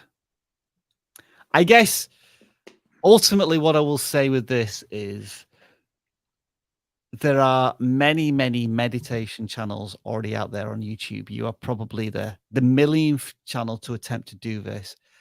I'm not seeing anything that necessarily separates you from the others. And because you're many years and many views behind those well-established channels, what is going to be different for you? Like, scroll down. What I saw something there. The 3 hours of relaxing piano and bird music. To the right, 3 hours 50. Is there anything interesting going on there? Right, so that does have some movement on it. Is it like that all the way through? It looks like it resets with a big white screen every time, which I imagine would be pretty distracting if you were, if you were trying to study to this or something. So I've done my best. Viper, Dan, help me out. What else? Okay. These videos are not made to watch. I mean, let's just be real. No one's going to sit here and watch a static image for 3 hours. So these videos are made to be played in the background. I do have a critique about that first video that we were looking at, though. I would change a few words around the title. Instead of those 3 hours of relaxing sleep, I would probably switch it to relaxing sleep music for 3 hours, because that way you have the subject of the video front and center, and that part does not get truncated out if it were to get truncated out. So I would change a few words around the title, just do a little title rearranging, and that may work better for you in the algorithm. Yeah, good call. I think it's good shorts. Yeah, a fan tax racing. You're right. You're probably right about that. Looking at shorts on this channel, I just have never seen a channel like this attempt YouTube Shorts. It's an interesting thing to attempt. You've been trying it for a few weeks now, and YouTube has not really tried to give these much of a chance. I would be attempting to change them up in different ways as a result, because it looks like you kind of do the same thing with every single short. It might be that this is just not the place for shorts. It's kind of a weird choice for a channel like this, if I'm being honest. Yeah, I would almost argue, Dan, that this is not, your shorts are not where you're going to have success. The 3 hour videos of the music just playing through, or the 1 hour video of the music playing through, just keep it to long videos. Your content is not built for short form content. It's just not. Now, if the channel host was willing to be in the videos, whether it's their voice or them on camera, I can see having these on the same channel if like the shorts were about motivating you. And so it was like somebody coming on and just giving you like a motivational pep talk for a few seconds. And then the long form videos are the relaxing music. That could be a good symbiosis for a channel, I think. But that's what I mean when I say try something different. A block of text and some music in the background does not a short make. It's just not the kind of thing you would expect to see in the YouTube Shorts algorithm. And if you can prove me wrong, that is amazing. And I hope you do some research and, prove me wrong, or try to find a way to do shorts that works better for you. As for the long form videos, yeah, all this is a matter of going into the space and seeing what other people are doing that's working for them. But as Rob said, very competitive space. So how do you stand out, but also make videos that fit the genre? You can't just like add yourself to them and do things like that when that doesn't really work in the space. So it's really, really challenging. This is probably one of the most challenging YouTube channels you could try to attempt. My assumption is that if you're using calming, relaxing music and YouTube's content ID'd it, the chances are somebody's already used that music on a calming, relaxing video in the past. So yeah, you're already struggling to be unique in that sense.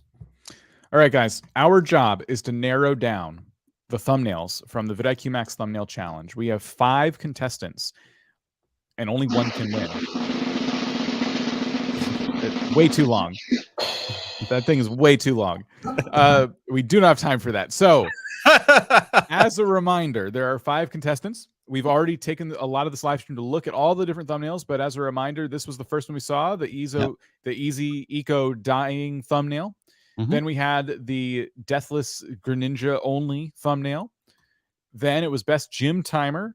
It was then Samurai JB. And then it was the Ideas into Layouts thumbnail. Now, our job is kind of easy. It's chat who has the hard job. We got to narrow this down to our top 2. And everybody else in chat gets to help us pick the winner by using a poll. So if you're on mobile or wherever you are watching this and you're watching it live, if you are watching the live stream, get ready, because we are going to be asking you to help us pick the winner out of the 2 we choose. Dan, to help you out, Dan, I will make sure that I do the poll and I post it as soon as we've decided, right? Okay. So I've got it ready to type in when we've decided. So I'd say let's bring up each one, and then we should all just say no or yes, I think. So I would say no to this one. I would say no to this one. Viper? No. Okay, next one. I'm going to say yes to this one. Okay, so Dan says yes. Viper, what do you say? Yes. I'll say maybe. So that's got a solid rating on it. Next one. I'm a maybe on this one. Yeah, I'm kind of a maybe on this one. No. Viper is no. So this one is probably not going to make it through. I would say this is a yes for me. Yeah, I'd say this is a yes for me. No. Okay. Controversial. All right, next one. And then this is a yes for me. Yes. This is a yes for me as well. Okay, so that would make this one, and I think it was the second one, the Pokemon one, Dan. Am I right? It's this one and the craft one. Okay, so if I say... So it's Duct Tape Gaming versus Everything Gwen. Okay. Duct tape is one word, and Everything Gwen is entirely one word. Right, I'm going to duct tape, and I will just put in brackets Pokemon. Okay. Just to make sure that people know what we're talking about. And then the second one is, what was the second channel name? Everything Gwen. It's a scrapbooking channel. Created by Gwen. Created by Gwen. Yeah, that works too. Sorry. The name on the picture is different than the, sorry. Yeah, created by Gwen. Scrapbooking. Sorry, it's just taking a little while. Right, so I think I've spelled it all right. Apologies if I spelled it wrong. I was trying to set it up as quickly as possible, but it's there. It is now up and running. Oh, you can see it. There you go. We got the voting poll there. So how long do we give this? 2 minutes? Do you want me to set a 2-minute timer? And in the meantime, we can talk about all of the awesome things at vidIQ Max. Yes. So now's your chance to vote. Between the 2 we've narrowed down, it is between Duct Tape Gaming. Again, just as a reminder, Duct Tape Gaming and Created by Gwen. Those are our 2 contestants. The thumbnail in the middle is the one you're looking at when you cast your vote. Once you do, you cannot re-vote. And it's a very, very tight race right now between these 2. Wow. That's so close. So yes, vidIQ Max is our group coaching program. This is the vidIQ Max thumbnail challenge. This is the first time we're doing anything like this with vidIQ Max, but there's a lot going on in vidIQ Max. It's actually regular chats with YouTube experts. They happen every other week, guaranteed. However, our vidIQ Max team is so addicted to helping people that they've been doing this every week almost without fail. So there's been so much value because every single time one of these hour-long discussions is had, it is taken, it is cradled, and it is put on a little shelf, and you can go and watch it. Cradled. You know, nestled in its a little bassinet. You can go and watch it whenever you want. Precious. Sorry. So every week that goes by almost, if you are signing up to vidIQ Max today or next year, every week that goes by, vidIQ Max stays the same price and becomes more valuable to you because there's just more and more and more content in there for you to learn from and grow from. And we continue to have amazing guests join us, like this next vidIQ Max call. An employee from YouTube is going to be answering the questions of our coaches and our vidIQ Max students. We have them for an hour. We're going to corner them and we're going to make them talk. 30 seconds left to impact this tightly fought voting poll. It is. Carry on, Dan. You got 20 It is seconds. very close. Yes, we're going to make YouTube talk. So that is next week on vidIQ Max. And if you can't be there for the live stream, the recording will be there for you. You got to be in vidIQ Max, though, which is linked down below. And you could be in the next challenge whenever that happens. All right. It's final countdown. 10, 9. Vote, vote, vote. 8, 7, 6, 5, 4, 3, 2, 1. We've got a winner. We have a winner. Yay. Duct Tape Gaming is our vidIQ Max Congratulations. thumbnail challenge champion. Congratulations. So just to remind us, Dan, what do they win? They win a free month of vidIQ Max. And Viper is going to have them on the Tube Talk podcast. If they want to be on the Tube Talk podcast, Viper is going to have you on as a guest on the Tube Talk podcast. Best get researching Pokemon, Viper. I want you to know all 150 creatures from the original game, or however All many there 150. were. If Yep. only. What does Charizard evolve into? That's what I want to know next week, Viper. So congratulations to Duct Tape Gaming. We're closing the poll. You can't change it. Stop it. Duct Tape Gaming is our winner. Do you want to bring up that thumbnail just to remind us, Dan, the winner of this contest? There we go.